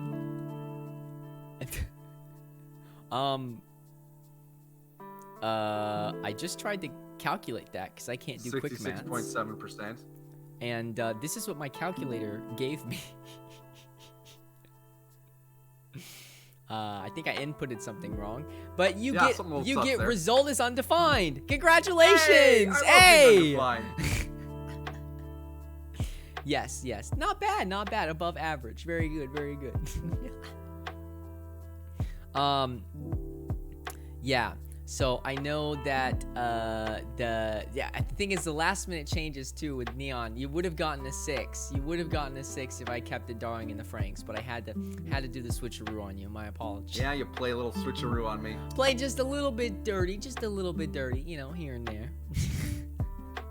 You play dirty again, you get in the bonk. No, please, I promise. I will be good from now on. So, we've been streaming for like 3 hours. Just about, yeah. I was gonna see if I could do yours as well. I don't know if you want to like do a part 2 where we stream again and then do your side, or if you want to like keep hunkering through and then like try to do your list and stuff. It's completely. Well, I think going through my list is a pretty big task. Yeah, because your list is I have huge. more 5 stars or more 1 stars than you have shows. Oh my god. Like probably in not just like the shows I've watched, but like all the shows on my list. Yeah. Yeah. If I go to my list, I've watched 1,309 different shows. Holy cow! What that is. So tackling that list is a bit of work. Plus, as I scroll through it every now and then, I notice things I rated 6, 7, 8 years ago that I go, why would I rate that like that? Because my memory doesn't line up with what I said back then. Yeah. So my scores are the older the show, the less trustworthy they are. Oh yeah. I get that. Like the thing is, like there were a couple of shows. It's like I don't remember watching this. Yeah, I scrolled into my 2 stars the other night, and I was like, I don't remember any of these. Yeah, shows. when it gets to like 2 star, 3 stars, like Your Lion, April, like Free, Ajin, like Totoro. These are all shows that I like haven't watched in forever, and I just like don't remember what they were. And I'm like, I guess they were like a 2 star or something. I have no idea. Plus, I have shows that I've watched over a decade ago on this list. That's insane. What the heck? Have you ever rewatched a show before? Oh, I rewatch here and there. Usually when it's to share with someone. Oh, but just to rewatch for my own, I usually don't because there's so much new stuff to dive into. I think a show I've rewatched like a bunch of times. It's not, I don't know. It's one of those things that's like not anime, but it's animated. Like every time I share like or meet someone new that I want to watch with, I watch like Avatar. I've watched Avatar like a billion times. The Last Airbender. I've watched like the beginning episodes of Attack on Titan like a lot of times. And I've watched Fruits Baskets a couple of times. So yeah. I mean, if I'll go to my list here and I'll sort by number of rewatches. You can do that on Anime Planet. Yeah. So I've watched Interstellar 5555 9 times. And Redline 6 times. Wait, how many times have you watched Interspecies Reviewer? Interstellar 5555. Interspecies Reviewers I watched twice. Ah! Someone get the bonk out right now. I mean, I don't know what that is. Wait, if I bonk, I'm guilty. If I don't bonk, wait, you get away free. Oh, someone else bonk for me, please. No bonk. I mean, I don't know what that is. Yeah, no. Thank you. Thank you. Thank you, Val. But I've watched Kill la Kill a bunch of times. Gao Gai Gar. Love Kill la Kill. Planetarian, Konosuba. Konosuba, yeah. Stuff I've watched a bunch of times.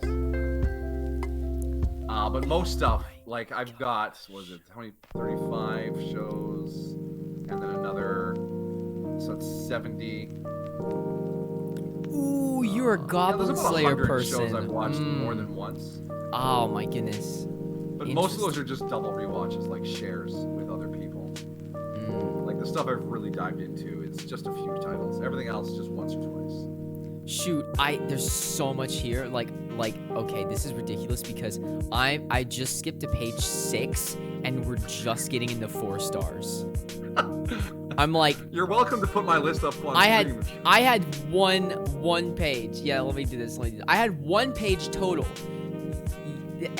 Your 5 stars are the first like 5 pages. I've been at this since 1999. I have been watching anime longer than some people watching this may have been alive. Look at this, chat. Look at this. Okay, the pages are a little bit shorter, but still, I'm on page 5, and I just get to 4 stars at page 6. 35 titles a page. It's alright. Oh my gosh. What the heck? Oh, Love is War. How is that? I feel like I've seen Love is War is great skit comedy. You get 3 comedy pieces an episode with a lot of heart and great characters. Love sells at work. I see like so. Okay, here's the thing. I want to go through these, but at the same time, I feel like once I start, I can't stop. So maybe we should do like a part 2 thing? Part 2. Yeah, we can do a part 2 where you just browse through my list and ask me questions. That could be cool. That could be actually really, really fun.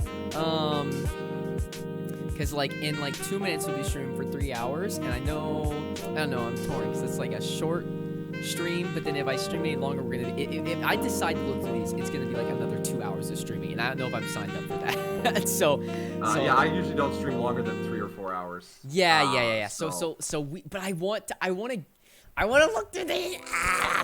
I'm very torn right now. Tell you what, we'll schedule another anime hangout. No! And you can do whatever you want with the list until then. Oh, I can do homework. Okay. And maybe that gives me time. If I find some 5 stars that are also on my to watch list, I could like watch through those. Maybe. If I'm binging some anime, and that way I'll be able to be more what's the word, like enlightened on the topic. More educated. Enlightened. Yes. It's a big stretch, but okay, yeah. I think that'd be best because I probably gotta hit the hay soon. Okay. Hopefully the hopefully the needles aren't in. I don't know what I'm saying. Hopefully the bag. Wait. What is it? The needle in the haystack? I think those are 2 different things. I'm kind of going crazy. It's the pee under the mattress. Oh, the pee under mattress. Yeah, maybe. Or I thought it was a needle under the mattress. Does it give you loose sleep or something? I don't know. By the way, King of Games, Riku Hikaru, Mew Bushi, Heimongmong, Shauna Strings, and Responsible Senpai. Thank you all for the host. I appreciate it. Thank you so much. Oh my goodness. Also, ending stream Also. early might give me some time to fix my audio problem. So that in tomorrow's stream, I don't have to spend time tomorrow trying to figure out how to freaking get my desktop audio back. Oh my gosh. Rip desktop audio. It won't, oh my gosh. Yeah. But Senpai, it has been so much fun. I really, It's been a good time.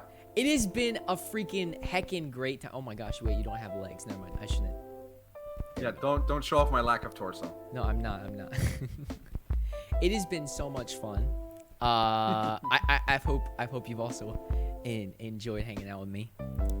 It was lovely. Yeah, but let's schedule a part 2, anime talk deep dive part 2, and I want to see if I can. Your total score is 6, by the way, so someone remember that. Uroku points. Was super interesting. I'm glad you enjoyed it, Sweet Southern Belle. I'm glad. Yeah. For those that are still watching, please go follow ResponsibleSenpai. Go over there, follow. Amazing content.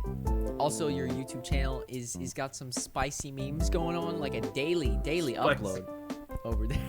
Daily memes on the YouTube. Daily memes on the YouTube. Yeah, I actually was talking to someone earlier about how I'm it's weird because I don't really call it networking. It's how I've found other VTubers and stuff. But I remember VTuber rabbit hole.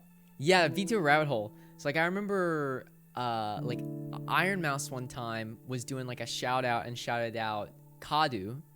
And I followed Kadu Kanunu, and he hosted or rated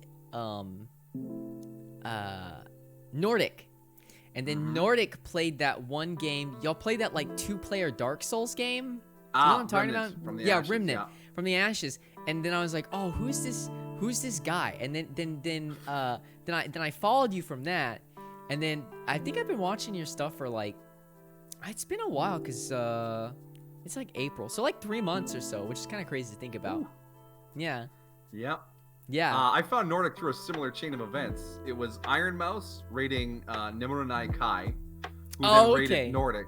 Yeah. And then I hung out with Nordic a whole bunch and decided to start VTubing. That's cool. Yeah. Nordic was the first, as a VTuber, the first person I interacted with, that was kind of in my same kind of viewer numbers and stuff like that. But yeah, that was cool. And I didn't know that he inspired you to VTube. That's really cool. Yeah. It's there was 4 people who made me decide to actually put on the face and start broadcasting. Nordic were 2 of them. I had wanted to collab or do something with Nordic, but he was always so busy. And I think the only time we did was I played Dark Souls with him one time. And that was a horrible stream. That was so bad because I was what's the word? I think it'd be vulgar, but I was pissed out of my mind that night. And it was not a good stream. Bad vibes. Yeah, I think I gave him some bad vibes, which I hate. But yeah, Nordic is great as well. I love that owl boy. Comfy owl. Comfy owl. Yeah.